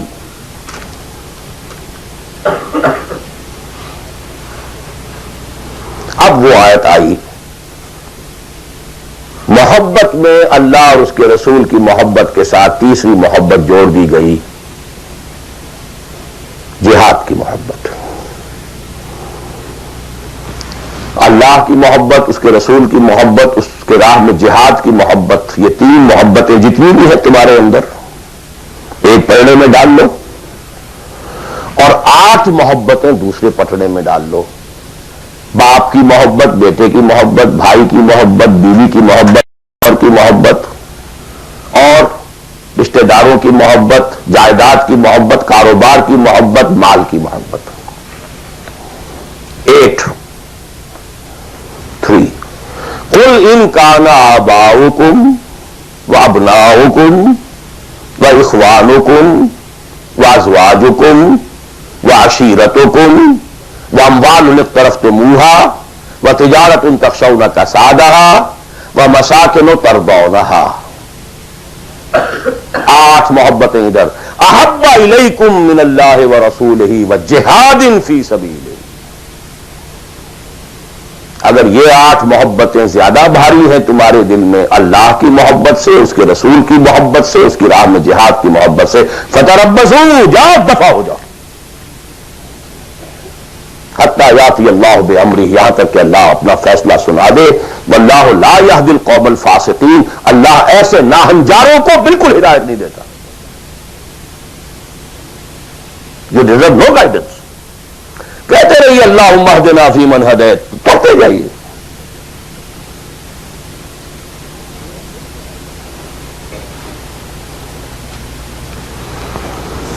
تیرا دل تو ہے صنم آشنا، تجھے کیا ملے گا نماز میں. جو میں سر بسندہ ہوا کبھی تو زمین سے آنے لگی صدا. تیرا دل تو ہے صنم آشنا، تجھے کیا ملے گا نماز میں. تمہارے دلوں میں تو مال کی محبت ہے، جائیداد کی محبت ہے، اولاد کی محبت ہے، بیویوں کی محبت ہے، اور کبھی نام رکھا ہوا اللہ کا بھی اور رسول کا بھی. وہ چھٹانک ہے تو یہ سیر ہے. تجھے کیا ملے گا نماز میں. بلقت بچے کے آ رہا ہے جو تسبیح و مسلح. یہ ساری گدڑی جو تم نے صوفیوں والی پہن لی ہے اور مسلح کندھے پر ہے، کس کام آئے گا. This is the crux of the matter. یہ ہے تو سب کچھ ہے، اور یہ نہیں ہے تو کچھ نہیں. اب جہاں تک اس کا تعلق ہے کہ وہ جد و جہد کیسے ہو، کس طرح کی جائے، طریقہ کار کیا ہو، اس میں میں اس وقت نہیں جانا چاہتا. یہ بالکل ڈفرنٹ ایشو ہے. یہ ایشو کلیئر ہو جائے تو پھر آدمی خود تلاش کرے گا. If there is no other way out، اب تو وہ خود تلاش کرے گا. پیٹ کھانے کو مانگتا ہے تو کہیں کوئی رسی چلاتا ہے، کہیں کوئی ٹوائلٹ صاف کرتا ہے، کہیں کچھ اور کرتا ہے، کہیں برف کے شاول اٹھا کے پھینک رہا ہے 10 گھنٹے. کسی کو کہنے کی ضرورت نہیں کہ یہ کام ضرور کرو، پیٹ کھانے کو مانگتا ہے. اس لیے اور ریکوائرمنٹ. جب یہ محسوس ہو جائے یہ میرا فرض ہے، اور یہ فرض ہے، یہ کوئی اضافی نیکی نہیں ہے، یہ نوافل نہیں ہے. نوافل تو اگر دین کا ماحول، دین قائم ہوتا تو نوافل کا میدان تھا. تو جب سے وہ نظام ہی نہیں ہے تو فرض اہم پہلا یہ ہے کہ اس کو بدلو. اگر یہ معلوم ہو جائے کہ اگر میں یہ نہیں کر رہا تو میں کافر شمار ہو رہا ہوں، میں ظالم شمار ہو رہا ہوں، میں فاسق شمار ہو رہا ہوں. لستم علی شیء حتی تقیموا التوراۃ والانجیل وما انزل الیکم من ربکم. یا ایھا الذین آمنوا لستم علی شیء حتی تقیموا القرآن وما انزل الیکم من ربکم. اب جہاں تک اس کا تعلق ہے کہ وہ جد و جہد کیسے ہو، کس طرح کی جائے، طریقہ کار کیا ہو، اس میں میں اس وقت نہیں جانا چاہتا. یہ بالکل ڈفرنٹ ایشو ہے. یہ ایشو کلیئر ہو جائے تو پھر آدمی خود تلاش کرے گا. If there is no other way out، اب تو وہ خود تلاش کرے گا. پیٹ کھانے کو مانگتا ہے تو کہیں کوئی رسی چلاتا ہے، کہیں کوئی ٹوائلٹ صاف کرتا ہے، کہیں کچھ اور کرتا ہے، کہیں برف کے شاول اٹھا کے پھینک رہا ہے 10 گھنٹے. کسی کو کہنے کی ضرورت نہیں کہ یہ کام ضرور کرو، پیٹ کھانا بھی مانگتا ہے. اس کی اور ریکوائرمنٹ. جب یہ محسوس ہو جائے یہ میرا فرض ہے اور یہ فرض ہے، یہ کوئی اضافی نیکی نہیں ہے، یہ نوافل نہیں ہے. نوافل تو اگر دین کا ماحول دین قائم ہوتا تو نوافل کا میدان تھا. تو جب سے وہ نظام ہی نہیں ہے تو فرض اہم پہلا یہ ہے کہ اس کو بدلو. اگر یہ معلوم ہو جائے کہ اگر میں یہ نہیں کر رہا تو میں کافر شمار ہو رہا ہوں، میں ظالم شمار ہو رہا ہوں، میں فاسق شمار ہو رہا ہوں. لست علی شیء حتی تقیموا التوراۃ والانجیل وما انزل الیکم من ربکم یا ایھا الذین آمنوا لستم علی شیء حتی تقیموا القرآن وما انزل الیکم من ربکم. ہمارے ہاں تمہاری کوئی حیثیت ریکگنائزڈ ہے ہی نہیں جب تک کہ تم قائم نہیں کرتے. اور قائم کرنے کا بدل کفارہ کیا ہے کہ اپنا تن من دھن لگا دو. قائم ہو نہ ہو جائے تو کیا کہنے، اگر جیت گئے تو کیا کہنا، ہارے بھی تو بازی مات نہیں. قل هل تربصون بنا الا احدى الحسنيين. ان دونوں حالتوں میں ہمارے لیے تو حسنہ ہی حسنہ ہے. سب کے سب مر گئے، قتل ہو گئے، رومیوں کے ہاتھوں سب ہلاک ہو گئے، تب بھی ہمارے لیے تو کامیابی ہی کامیابی ہے. اور ہم جیت کر اگر آ گئے تب تو تم بھی کہو گے کہ کامیابی کے ساتھ لوٹ آئے. تو ہمارے لیے تو کس چیز سے ڈراتے ہو؟ جب منافقین مدینہ کہہ رہے تھے لا تنفروا فی الحرب، کیا ہو گیا تمہارا دماغ خراب ہو گیا ہے؟ اب تک تو یہ عربوں کے آپس کی انفائٹنگ ہوتی تھی. We are going against Roman Empire, having standing armies, trained armies, Roman legions. You want to confront them? ہوش کے ناخن لو. جواب کیا دیا گیا؟ قل لن يصيبنا الا ما كتب الله لنا هو مولانا هل تربصون بنا الا احدى الحسنيين. We don't have to lose anything. ہر حال میں جیت ہے. اگر جیت گئے تو کیا کہنا، اور ہارے بھی تو بازی مات نہیں. سکسس ہی سکسس. تو وہ طریقہ کیا ہے، اس کے سٹیجز کیا ہے، میں نے بہت تفصیل سے اللہ کا شکر ہے یہ چیزیں انگریزی میں بھی میتھڈالوجی کیا ہے، ریولوشن کی میتھڈالوجی کیا ہے. بس یہ کہ جو میں نے کل بھی رات بھی بیان کیا تھا کہ اگرچہ دین تمام انبیاء کا ایک رہا لیکن شریعت و منہاج علیحدہ علیحدہ رہی. شرع لکم من الدین ما وصی بہ نوحا والذی اوحینا الیک وما وصینا بہ ابراہیم وموسیٰ وعیسیٰ. لیکن وَلِكُلٍّ جَعَلْنَا مِنْكُمْ شِرْعَةً وَمِنْهَاجًا. شریعت سپریٹ، منہاج سپریٹ. ہمارے لیے لازم شریعت محمدی اور منہج محمدی صلی اللہ علیہ وسلم. اس میں ساری نفی ہے. جی حضرت یوسف نے تو یوں کیا تھا، میں کیا تھا. وہ تو غیر اسلامی ماحول میں جا کر اور غیر اسلامی حکومت کے اندر انہوں نے بہت اونچا آفس لے لیا تھا. انہوں نے پہلے شرط نہیں لگائی پہلے ایمان لاؤ پھر میں آ کے تمہارے ہاں یہ کام کروں گا. وہ منہج اور منہاج ہمارے لیے نہیں ہے. لقد کان لکم فی رسول اللہ اسوۃ حسنہ لکل جعلنا منکم شرعۃ ومنہاجا. اب آپ یہ کہیں کہ صاحب ان کے ہاں تو شراب حرام نہیں تھی، تو نہیں تھی تو نہیں تھی، ہمارے ہاں حرام ہے. سابقہ شریعتوں میں سجدہ تعظیمی حلال تھا، کسی کے سامنے جھک جانا، ہمارے لیے حرام کر دی گئی ہے. شریعت اب محمد کی ہے صلی اللہ علیہ وسلم. بمصطفیٰ برسان کی خیش راک دی ہماؤ، اگر بول رسیدی تمام بولا حبیث. اسی طرح منہج اور منہاج محمد کا ہوگا صلی اللہ علیہ وسلم.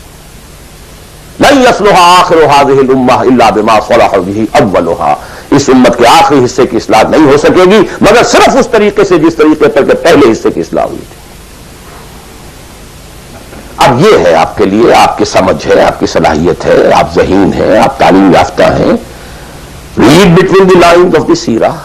منہج اخذ کیجئے سیرت سے. کیا منہج تھا، کیا میتھڈالوجی، کیسے آپ نے کام شروع کیا، کتنے سٹیجز سے گزرے، کسی ایک سٹیج سے دوسری سٹیج میں جانے کے لیے کیا شرط تھی، کس درجے تک ایک کام اکمپلش ہو جائے تو پھر اگلے درجے پہ قدم رکھا جائے، یہ ساری چیزیں وہ آپ کو ڈیڈیوس کرنی ہوں گی، انفر کرنی ہوں گی، اس کا استدلال کیجئے، استنباط کیجئے، استخراج کیجئے اور اس سے نکالیے. لیکن یہ کہ میں اس وقت اس تفصیل میں نہیں جا رہا ہوں، سوائے ان دو باتوں کے کہ نمبر ایک، منہاج میتھڈالوجی لازماً سیرت محمدی سے لینی ہوگی صلی اللہ علیہ وسلم. اور دوسری بات، یہ کام ہرگز انفرادی طور پر نہیں ہو سکتا، اس کے لیے جماعت لازم ہے. دھوکہ دیں گے اپنے آپ کو اگر سمجھتے ہیں کہ ہم یہ کام کر رہے ہیں. ہاں ایک آدمی ہے جماعت بنانے کی دھن میں لگا ہوا ہے، ابھی لوگ اس کے ساتھ نہیں آئے، وہ جماعت کے حکم میں ہے. کان ابراہیم امتن قانتن، کل آ جائیں گے، پرسوں آ جائیں گے، کوئی وقت آئے گا کہ گئے دن کے تنہا تھا میں انجمن میں، یہاں اب میرے رازداں اور بھی ہیں. آخر حضور کو بھی پہلے دن تو 4 ہی ملے تھے، خدیجہ الکبریٰ رضی اللہ تعالی عنہ، ابو بکر صدیق رضی اللہ تعالی عنہ، علی رضی اللہ تعالی عنہ، زید بن حارثہ رضی اللہ تعالی عنہ، 4 ہی تو ملے تھے نا. اور 10 برس میں جا کے بھی بمشکل 125 ملے تھے. ایسا نہیں تھا کہ ٹھٹ کے ٹھٹ لگ گئے ہو اور ہزاروں اور لاکھوں آ گئے. In the 10th year after the beginning of Wahi, not more than 125, maximum 150 people were around him. لیکن جماعت، ید اللہ علی الجماع، علیکم بالجماع. اور اس میں حضرت عمر کا جو اثر ہے، اثر کو بھی ہم حدیث کہتے ہیں. حدیث 2 چیزوں کے مجموعے کا نام ہے، اخبار و آثار. رسول کا کوئی قول، کوئی فعل، کوئی تقریر، کسی چیز کو آپ نے دیکھا برقرار رکھا، یہ خبر کہلاتی ہے. صحابی کا کوئی فعل، کوئی قول یا تقریر، یہ اثر کہلاتی ہے. اخبار جمع آثار یہ حدیث ہے. تو اثر ہے حضرت عمر کا رضی اللہ تعالی عنہ، لا اسلام الا بالجماع، ولا جماع الا بالامارہ، ولا امارہ الا بالسماع، ولا سماع الا بالطاعہ. کوئی اسلام نہیں بغیر جماعت کے، کوئی جماعت نہیں بغیر امارت کے، کوئی امارت نہیں جب تک کہ حکم سنا نہ جا رہا ہو، اور کوئی سماعت کے معنی نہیں جب تک کہ حکم مانا نہ جائے. جماعت ایسوسی ایشن نہیں، انجمن نہیں، سوسائٹی نہیں، ادارہ نہیں. Institution is something else, association is something else. Organization, party, حزب اللہ، حزب الشیطان. Clear cut polarization. This polarization takes some time, وقت لگتا ہے. 10-15 سال میں جو خیر کا عنصر تھا پولرائز ہو کر حضور کی طرف آ گیا، جو شیطانی ایلیمنٹ تھا وہ دوسری طرف جمع ہو گئے. آرگنائزیشن ہوئی ہے، پازیٹیو آئنز ایک طرف، نیگیٹو آئنز ایک طرف، جانے لیکن یہ کہ اب آئیڈینٹیفائی ہو گئے، اولئک حزب الشیطان، اولئک حزب اللہ. دس از دی پارٹی آف شیطان، دس از دی پارٹی آف اللہ. اور تیسری بات یہ اس جماعت کے ضمن میں، جماعت جو ہے جس میں کہ سمع و طاعت ہو، وہ جماعت ہے. Listen and obey. اس سے کمتر جماعت نہیں ہے.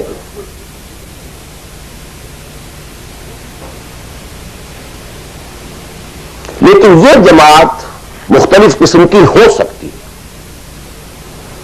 ایک کانسٹیٹیوشنل جماعت ہو سکتی ہے، اس میں کانسٹیٹیوشن کو وہ حیثیت حاصل ہوتی ہے کہ you have to obey it.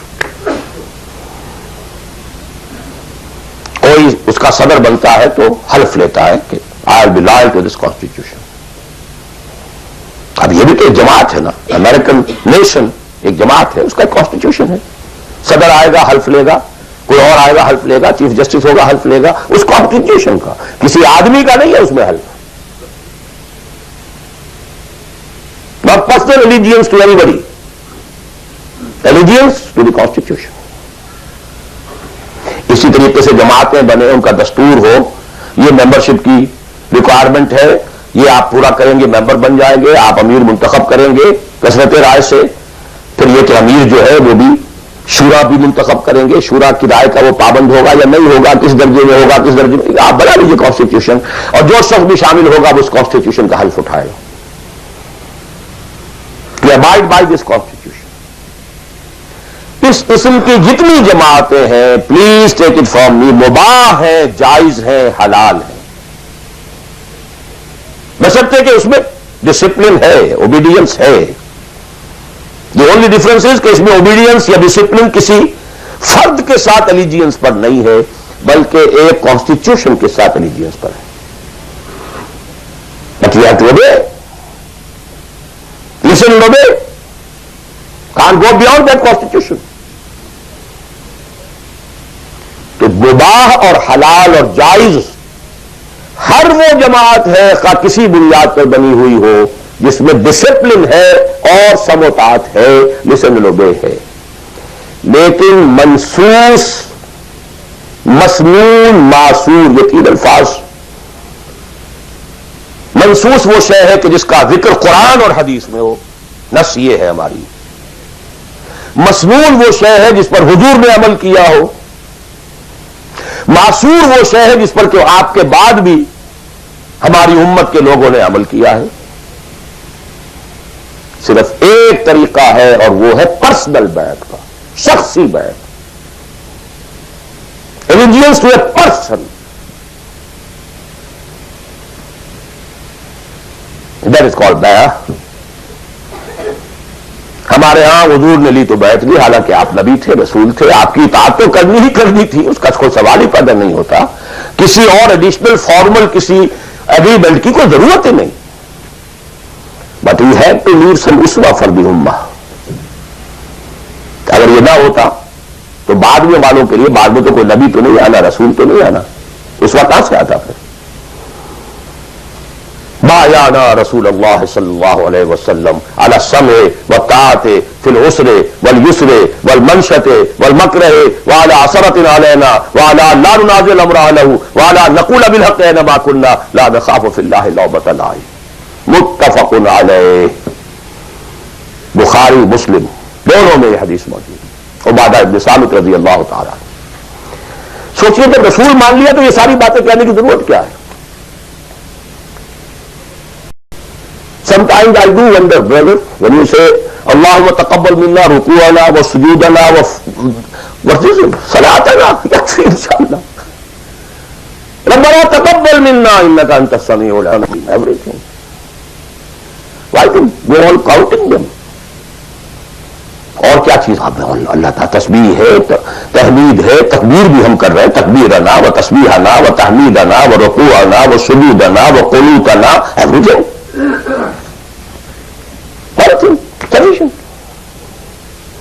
ربنا تقبل منا انك انت السميع العليم واذ يرفع ابراهيم القواعد من البيت واسماعيل ربنا تقبل منا انك انت السميع العليم. So actually, but here we find, اطاعت حضور کے لیے ایک بات تھی، ماننا ہے ہر کو ماننا، لیکن یہ ساری شرطیں کیوں دی محمد نے صلی اللہ علیہ وسلم؟ It was not an oratory. یہ کوئی خطابت نہیں تھی، لفاظی نہیں تھی. یہ در حقیقت اس جماعت کے لیے ناگزیر شرائط ہے. سموتات فی العسر والیسر، سننا اور ماننا چاہے مشکل ہو چاہے آسانی ہو. والمنشۃ والمکرہ، چاہے طبیعت آمادہ ہو اور چاہے طبیعت پر جبر کرنا پڑے. کوئی معاملہ تھا، فیصلہ ہوا ہے جو آپ کی رائے کے خلاف ہوا ہے، لیکن فیصلہ ہے، امیر کا حکم ہے، اب آپ کو اپنی طبیعت پر جبر کرنا پڑے گا اسے ماننے کے لیے، ماننا ہوگا. اور اگر فیصلہ آپ کی رائے کے مطابق ہوا ہے تو آپ بڑے شرائع صدر کے ساتھ اس پر عمل کریں. وعلی عثرۃ علیہ، چاہے آپ دوسروں کو مجھ پر ترجیح دے دیں، that is the main thing. جماعتوں کا بیڑا غرق تو ہوتا ہے اس چیز سے. آپ نے اس کو کیوں بنا دیا؟ میں پرانا آدمی، میں سینئر آدمی، آپ نے زید ابن حارثہ کو بنا دیا؟ یہ تو آزاد شدہ غلام ہے. اب بڑے بڑے جلیل القدر جو ہے قریش کے سردار اس کے تحت جائیں گے. حضور کا چچا زاد بھائی ساتھ ہے. زید شہید ہوئے ہیں. جعفر طیار رضی اللہ تعالی عنہ ابن ابی طالب ہی واز انڈر ہم. تو آخری لشکر میں آپ نے اسامہ کو بنا دیا اور ستم بالا ہے ستم. ینگ مین، اس کی کمان میں آپ دے رہے ہیں کبار صحابہ کو. No, it's your prerogative.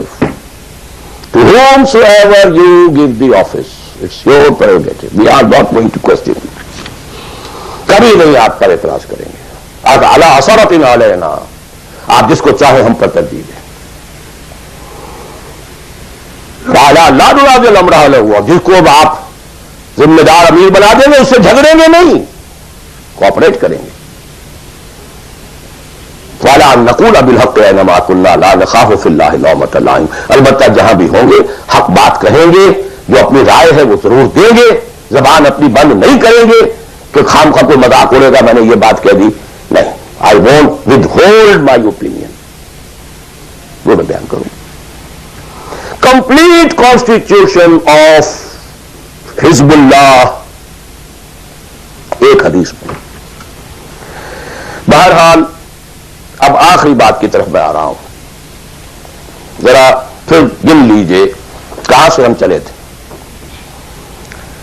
100 بات کی ایک بات، ہاتھی کے پاؤں میں سب کے پاؤں، ایک لفظ عبادت پورا کر دو، نجات بھی ہے، فوج بھی ہے، فلاح بھی ہے، سب کچھ. ان میں تو یہی ہے کہ آپ کامیاب ہو گئے تو جتنا آپ گڑ ڈالیں گے اتنا میٹھا ہوتا جائے گا، جتنا اور ایگزرٹ کریں گے اس میں نمبر زیادہ آتے جائیں گے. تو پھر رشت بھی ہوگا، سعادت بھی ہوگی، فوج بھی ہوگی، فلاح بھی ہوگی. بٹ منیمم نجات. عبادت کے 2 اجزاء لازم، جسم کے مانند ویزیبل جز، ٹوٹل اوبیڈینس.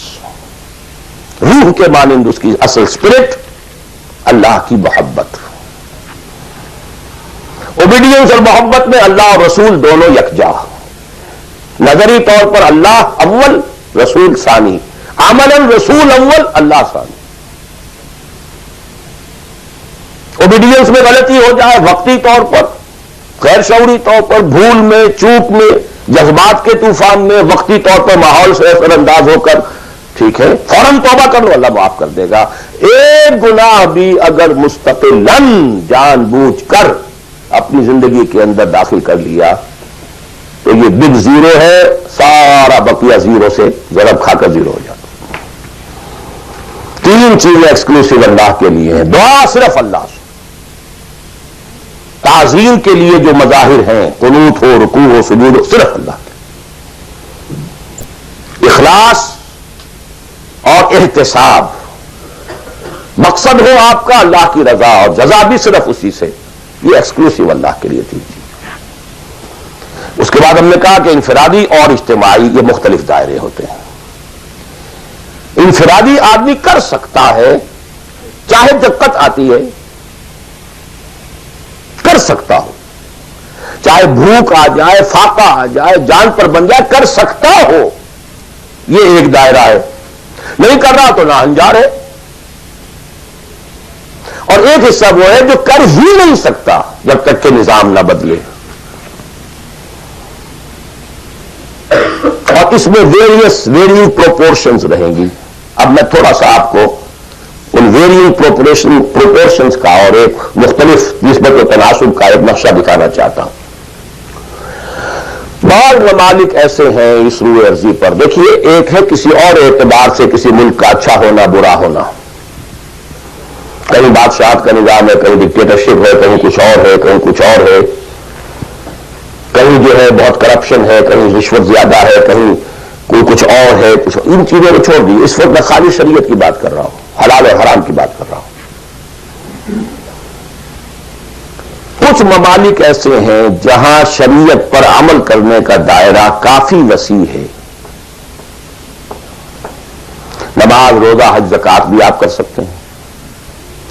آپ کا پرسنل لا بھی پورا آپ کے مطابق ہے. شادی بیاہ نکاح طلاق ٹوٹلی آپ کے اپنے ہاتھ میں ہے. لا آف انہیریٹنس بھی آپ کا چل سکتا ہے. کسی درجے میں حدود اور جو ہے سزائیں، حدود و تعزیرات بھی نافذ ہیں.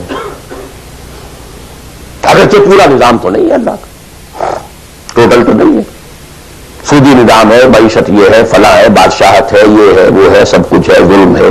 لیکن یہ چیزیں انفرادی اعتبار سے دائرہ وہاں کافی وسیع ہے. اس کی مثالیں ہیں سعودی عرب، ایران آف ٹوڈے،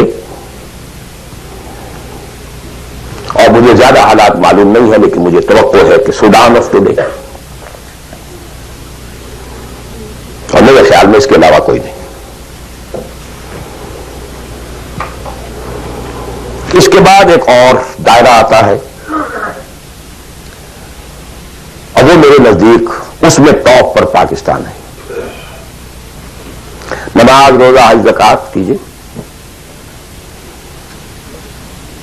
پرسنل لا، وہ بھی آپ ویسے کہنے کو وہاں ہے قانون، لیکن یہ کہ بالفعل ایک آدمی چاہے تو اسلامی قانون پر عمل کر سکتا ہے. انہیریٹنس آپ اپنے حساب سے کر سکتے ہیں. دستور میں طے ہے حاکمیت اللہ کی. گویا کہ نظری اعتبار سے وہ ملک جو ہے وہ اللہ کی حاکمیت پر مبنی ہے. قرارداد مقاصد دستور کا جز بن چکی ہے. لیکن پھر نوٹ کیجئے، رشوت ہے، یہ ہے، وہ ہے، ظلم ہے، ناانصافی ہے، یہ سب اپنی جگہ. میں اس میں شریعت کی بات کر رہا ہوں. ایک آدمی خود وہاں رہتے ہوئے چاہے بھوک آئے، تکلیف آئے، مصیبت آئے، اس کو ہر وقت جو ہے غصہ آتا رہے، یہ کیوں ٹیلی فون کا بل جو مجھے زیادہ آ گیا، یہ کیا ہو گیا، میری تو کنفرم سیٹ تھی، یہ کیا کر رہے ہیں یہاں پر کہ مجھے بتا رہے ہیں کہ سیٹ نہیں ہے، وغیرہ وغیرہ سب کچھ. لیکن آپ شریعت پر عمل کر سکتے ہیں، تکلیف اٹھا کر، مصیبت جھیل کر، پیٹ کاٹ کر، فاقہ کر کے، جو بھی ہے. بڑا کاروبار نہیں کر سکتے، چھوٹا تو کر سکتے ہیں، جس میں نہ انکم ٹیکس کا معاملہ آئے گا، نہ کسی اور کی خباثت آئے گی، نہ کچھ اور ہوگا. کر تو سکتے ہیں، پیٹ پال سکتے ہیں. یہ ایک ملک ہے پاکستان. پھر یہ کہ نظری طور پر وہاں اگرچہ بالفعل نہیں ہے، نظری طور پر قرارداد مقاصد، ساورنٹی بلانگس ٹو اللہ. اب اس کے بعد وہ ملک آتے ہیں کہ جو خالص سیکولر ہیں، لیکن ان میں بھی میرے نزدیک ایک اعتبار سے بھارت بہت بہتر ہے. مثلا یہ کہ دو ملکوں کو ذہن میں رکھ لیجئے، ایک امریکہ یا امریکہ کی طرح انگلستان اور فلانستان، اور ایک بھارت. سیکولر ہے لیکن کم سے کم آج کی تاریخ تک مسلمانان بھارت نے اپنا پرسنل لا محفوظ رکھا. I salute them. In the face of maximum hardships. کٹر ہندو تلا ہوا ہے کہ یہ کامن سول کوڈ ہونا چاہیے. It's very logical. ان کی بات بڑی منطقی ہے. جب قوم آپ کہتے ہیں ایک ہے، آپ سارے جو ہے سیاسی حقوق وہی لینا چاہتے ہیں کہ جو ہندوؤں کو حاصل ہیں، تو اگر قوم ایک ہے تو سیکولرزم کا تقاضا تو یہ ہے کہ کامن سول کوڈ ہونا چاہیے. Why this separate family laws? وہاں کوئی عورت برقع لے سکتی ہے، بلکہ میں سمجھتا ہوں کہ جتنی عورتیں برقعے میں ہندوستان میں آج نظر آ جائے گی، پوری دنیا میں کسی اور ملک میں نظر نہیں آئے گی. گو اینڈ سی حیدرآباد دکن.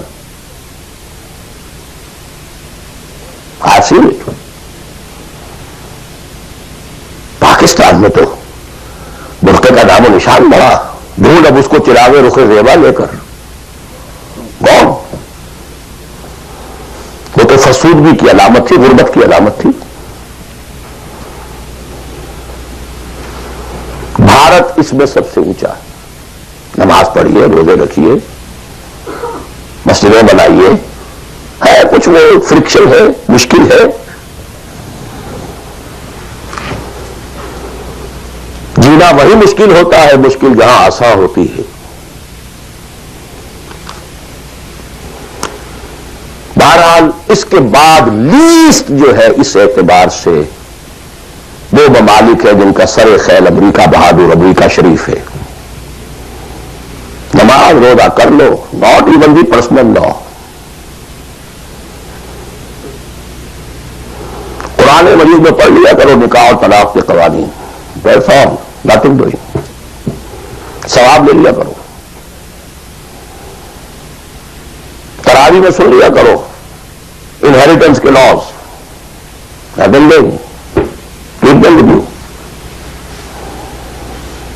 یہاں انفرادیت کا حصہ اگرچہ اور بڑی سہولت ہے، دنیا بڑی اچھی ہے، کھانے کو اچھا ملتا ہے، سیکیورٹی بہت ہے، سب کچھ ہے. سوال یہ کہ آپ کی پرائرٹی نمبر 1 کیا ہے؟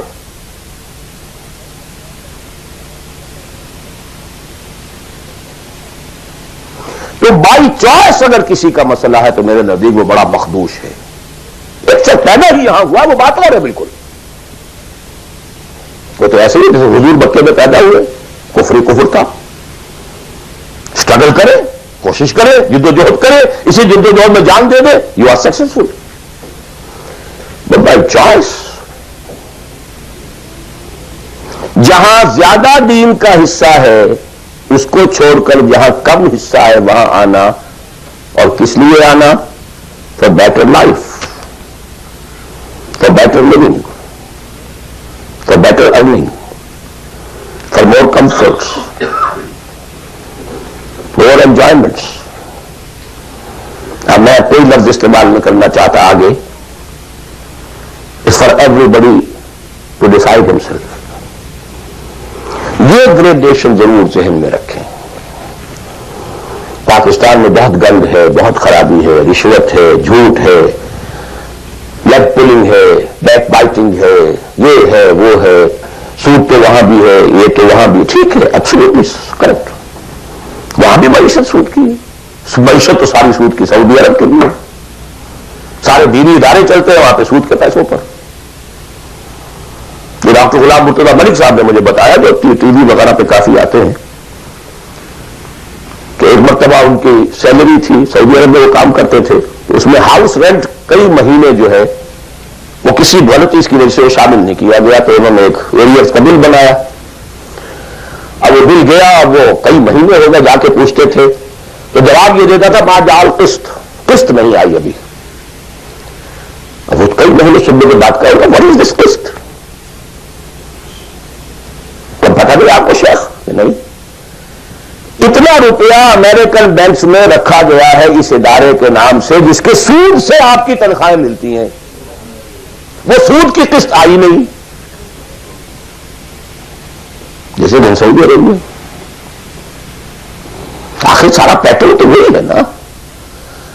سیکھا تو یہیں سے ہے جو کچھ سیکھا ہے. فاؤنڈیشنز بنتی ہیں، جو انڈومنٹس ہوتے ہیں، اسی سے ادارے چلتے ہیں.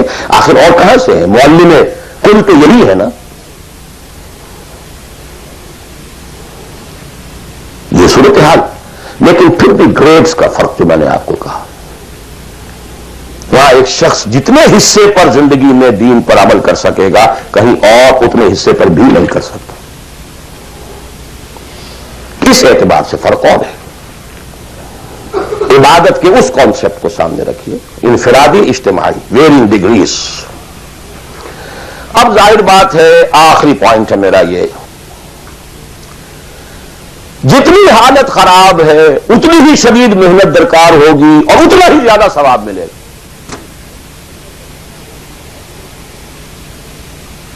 جہاں جتنی آسانی ہے اتنی ہی محنت کم ہے، اتنا ہی ثواب کم ہے. یہ آج رات کو جب ہم سورہ حدید پڑھیں گے تو اس میں بات آ جائے گی. لا يستوي منكم من انفق من قبل الفتح وقاتل اولئك اعظم درجة من الذين انفقوا من بعد وقاتلوا وكلا وعد الله الحسنى. لہذا حالات کی نامساعدگی، حالات خراب ہیں، یہ پرابلمز ہیں، یہ تو آپ کے لیے موقع کو زیادہ بڑھا رہے ہیں. You can earn more. Only you have to make a decision. What is your priority number 1? ان صلاتی و نسکی و محیای و مماتی للہ رب العالمین. دی منیمم سبسسٹنس لیول کے لیے جو ضروری ہے وہ ٹھیک ہے. ریسٹ فار اللہ، فار اس دین. قل ان کان آباؤکم و ابناؤکم و اخوانکم و ازواجکم وعشيرتكم وأموال اقترفتموها وتجارة تخشون كسادها ومساكن ترضونها أحب إليكم من الله ورسوله وجهاد في سبيله فتربصوا حتى يأتي الله بأمره والله لا يهدي القوم الفاسقين. میں اللہ سے دعا کرتا ہوں کہ آپ اس کے لیے فرم فیصلہ کریں، اور اس کے لیے ظاہر بات ہے انفرادی حصے پر عمل انفرادی ہوگا، اجتماعی پر جماعت کے بغیر ممکن نہیں. کفارہ ادا کرنے کے لیے جماعت ہوگی، جماعت جو سم و طاعت کے ساتھ ہو، چاہے یہ سم و طاعت کسی دستور کا ہے اور چاہے یہ سم و طاعت کسی شخص کا ہے. دستور کے ساتھ سم و طاعت مباح ہے، جائز ہے، حلال ہے، لیکن ایک شخص کے ساتھ سم و طاعت منصوص ہے، مسنون ہے، معصور ہے. اور ان دونوں کے درمیان جو فرق و تفاوت ہے اس کو بیان کرنے کی ضرورت نہیں.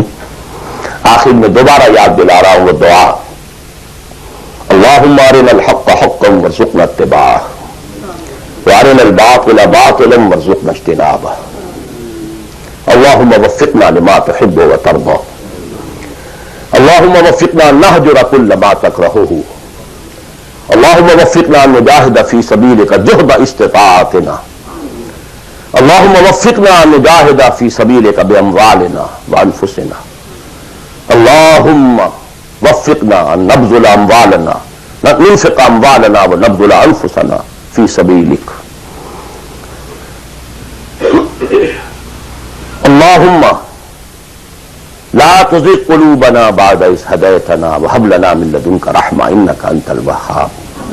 اے اللہ ہمارے دلوں میں اگر اس وقت خیر کا کوئی رجحان پیدا ہوا ہے، کوئی عزم پیدا ہوا ہے، کوئی ارادہ پیدا ہوا ہے، تو اے اللہ اس ارادے کو تقویت دے، اس کو آگے بڑھا، اس پر عمل کرنے کی توفیق عطا فرما. اقول قولی ھذا واستغفر اللہ لی ولکم ولسائر المسلمین والمسلمات.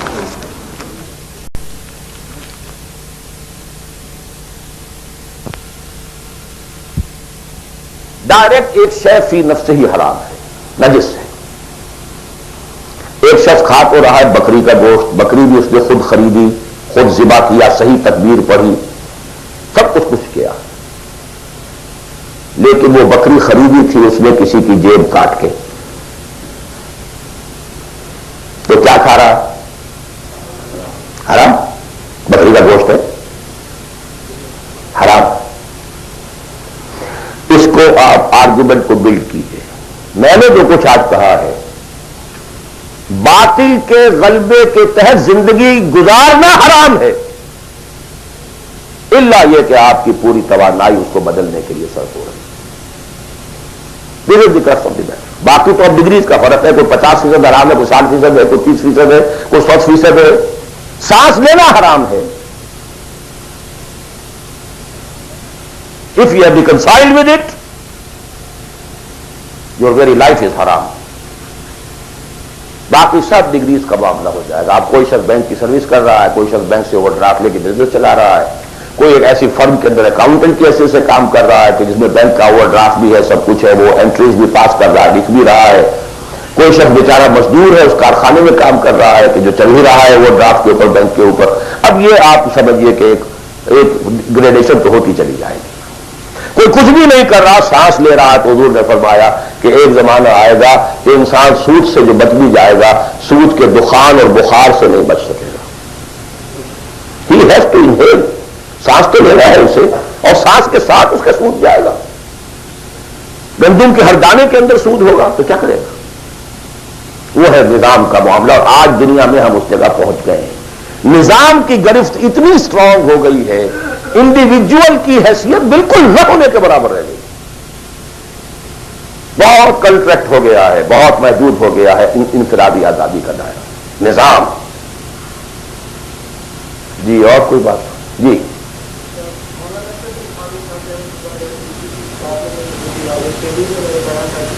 مقصود بالکار جو ہے پانچ بنیادی ارکان ہیں، شہادت، نماز، روزہ، زکات، یہ چار پانچ چیزیں جو ہیں یہ مقصود بالکار ہے. آپ کی باتوں سے کچھ اندازہ ہوا مجھے کہ مقصود بزداد نہیں ہے بلکہ مقصود بزداد کچھ اور ہے جو آپ نے بھی بیان کیا، تو ذرا اس فرق کی کچھ وضاحت کر رہے ہیں۔ میں اس مولانا اشرف علی تھانوی صاحب کی شخصیت سے جو حسن ظن رکھتا ہوں اس کی بنا پر میرا یہ گمان ہے کہ شاید آپ نے سمجھنے میں غلطی کی ہو، تو میں ان کی بات کی تردید نہیں کر رہا، جو بات آپ کہہ رہے ہیں اس کی تردید کر رہا ہوں۔ یہ تو اس حدیث صریح کے منافی ہے کہ جو سب سے زیادہ عام ہے اور ہر مسلمان کو یاد ہے، بنی الاسلام علی خمس، 5 چیزوں پر اسلام قائم ہے۔ تو مقصود بالذات کیا ہے؟ اسلام یا نماز، روزہ، حج و زکات؟ اسلام۔ There are pillars and pillars are there to support the roof. The roof is Islam، عبادت۔ ادخلوا فی السلم کافہ، اعبدوا اللہ، اسلام، عبادت، اطاعت، یہ سب کے سب جو ہیں در حقیقت اس کے پلرز ہیں، ارکان اسلام ہیں۔ رکن کہتے ہیں ستون کو، ستونوں پر عبارت کھڑی ہے۔ بنی الاسلام علی خمس، these are the supports۔ بدقسمتی یہ ہے کہ جب دین کی بجائے ہمارا ذہن مذہب کا ہو گیا، اس کے بعد سے ساری توجہ ان سپورٹس پر ہے، ارکان پر ہے، اور چھت کی جگہ چھوٹی سی ایک جو سیلنگ لگا رکھی ہے ہم نے، بس شراب حرام ہے، سور حرام ہے، سور دور چلتے جاؤ، جانے دوست، وہ جو کراچی میں وہ بس والے کہتے ہیں جانے دوست، باقی سب ٹھیک ہے، بس یہ کہ سود نہیں، یہ سور نہیں کھانا، سود کھاؤ۔ دال اور رے کا فرق ہے سر۔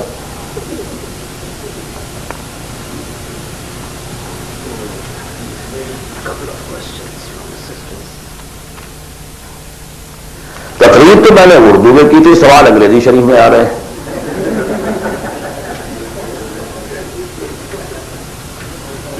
اب یہ وہی گوشت کے احکام شروع ہو گئے ہیں۔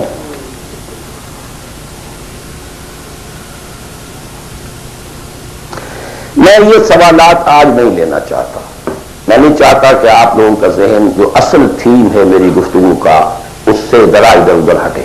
جی آپ کی بہت سی تقریروں میں پہلے بھی میں نے سنا ہے کہ آپ نے پرفے کیا ہے کہ یہاں کی بجائے آپ پاکستان میں جو اسلامی نظام کو برپا کرنے کے لیے سیر کرتے ہیں، لیکن بہت سے علماء کی دوسرے جو مولانا یوسف اسماعیل صاحب بھی اور دوسرے بھی ہیں، وہ اس چیز کو کہتے ہیں کہ جو لوگ یہاں آ گئے ہیں یہ اللہ تعالیٰ کا ایک پروگرام تھا جس کے تحت اس نے ان کو یہاں پہنچایا ہے، اور ان کا یہ کام ہے کہ یہاں اس کام کو جس طرح بھی ہو سکتا ہے آگے لے کے جائیں چلیں، اور جو لوگ چلے ہیں اس میں الحمدللہ بہت زیادہ صلاح کی جائے کام سے آگے بڑھے ہیں، جائے مسلم ہوگی، اس کے متعلق میں آپ کی کیا خیال ہے؟ یہ سوال ریکارڈ ہو گیا ہوگا یا نہیں ہوا ہوگا؟ چلیے جواب سے سمجھ میں آ جائے گا کہ سوال کیا ہے۔ دیکھیے، میں نے ایک بات عرض کی تھی، جو شخص کہیں پیدا ہوا ہے اس کے اوپر پہلی ذمہ داری اسی جگہ کی ہے، اسی جگہ کی زبان کو وہ صحیح سمجھتا ہے، صحیح بولتا ہے، اسی زبان میں وہ صحیح کمیونیکیٹ کر سکتا ہے، یہ ہے شریعت کا مستقل اصول۔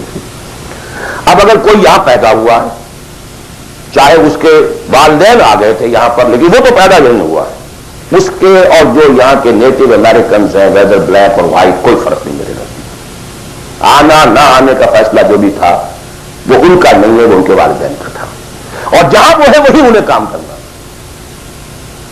یہی کام کرنا ہے۔ طے یہاں پر بھی ہو جائے گا کہ یہاں پر بھی وہی ریشو پروپورشن وہی ہو، پرائرٹیز وہی ہو۔ یہ فیصلہ اب ہر شخص خود کر سکتا ہے کہ میرے ہاں واقعتاً ریشو پروپورشن کیا ہے۔ بل الانسان علی نفسہ بصیرہ ولو القی معاذیرہ۔ آپ میری زبان بند کر سکتے ہیں اپنے جوابات کے ذریعے سے، آپ کا بھی بتا دے گا کہ آپ کی ریشو پروپورشن اس وقت کیا ہے۔ اگر ریشو پروپورشن درست ہے تو یہاں پر بھی اور کسی اور جگہ پر بھی بالکل برابر ہے، کوئی فرق نہیں ہے، ایبسولوٹلی ڈو ڈفرنٹ۔ البتہ ایک اور چیز یہ ہے کہ کہاں آپ دیکھتے ہیں کہ فرض کیجئے کسی شخص کی ریشو پروپورشن ٹھیک ہو گئی کہ مجھے جینا ہے، مرنا ہے اسلام کے لیے، فیزیبلٹی رپورٹ دیکھتا ہے کہ میرے پاس جو ٹائم ہے، میرے پاس جو وقت ہے، میرے پاس جو صلاحیت ہے، اس کا بہترین میکسیمم آؤٹ پٹ کہاں ہو سکتا ہے، بالکل دوسری بات. For people belonging to Pakistan the maximum benefit can be in Pakistan, not here. یہ بالکل دوسری بات. آپ کے بھائی بند وہاں، آپ کے بیک گراؤنڈ کو جاننے والے وہاں، آپ کی اخلاقی جو ہے ذمہ داری وہاں کی آپ کی پیدائش ہے، وہاں کی آپ کی بنیادی تعلیم تھی، یہ اپنی جگہ پر ہے. اور دوسرے یہ کہ جو بھی ہمیں اطلاعات ملی ہے حضور صلی اللہ علیہ وسلم سے، اس سے یہی نظر آتا ہے کہ اسی ریجن میں اسلام کا بول بالا ہوگا.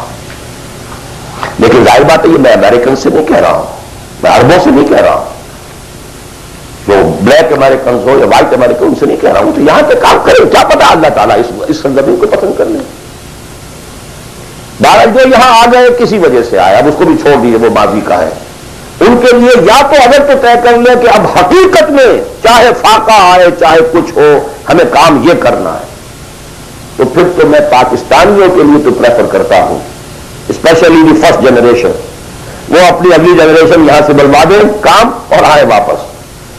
ان کے بھانجے بھتیجے اور بھائی اور سالے اور بہنوئی سارے وہاں رہتے ہیں، بہت سو کے ماں باپ بھی وہاں پر ہیں. And we have much at stake over their.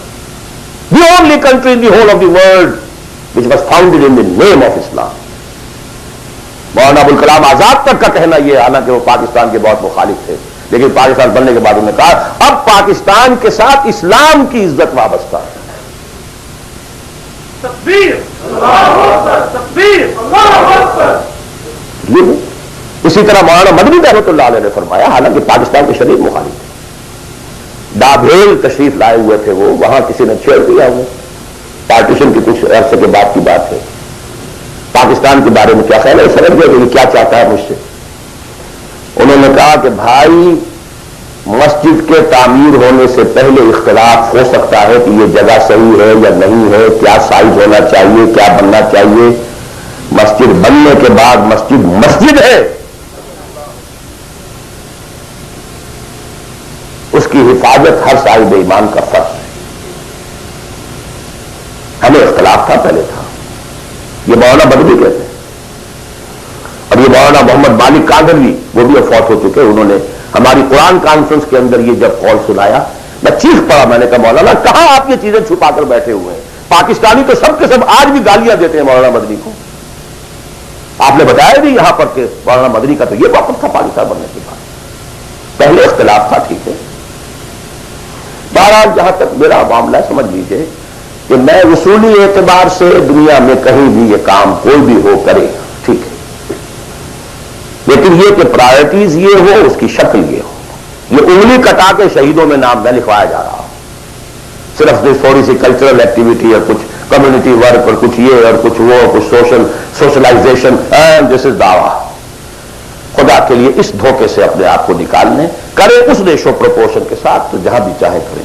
لیکن یہ ہے کہ میرا اپنا ایک اندازہ ہے، اور وہ یہ ہے کہ چاہے اس کا امکان ہے کہ ہمیں سخت قسم کی کوئی بیٹنگ جو ہے ہندوؤں کے ہاتھوں اور انڈیا کے ہاتھوں ہو، لیکن پھر بھی بالآخر اسلام کا بول بالا اسی خطۂ زمین سے ہوگا.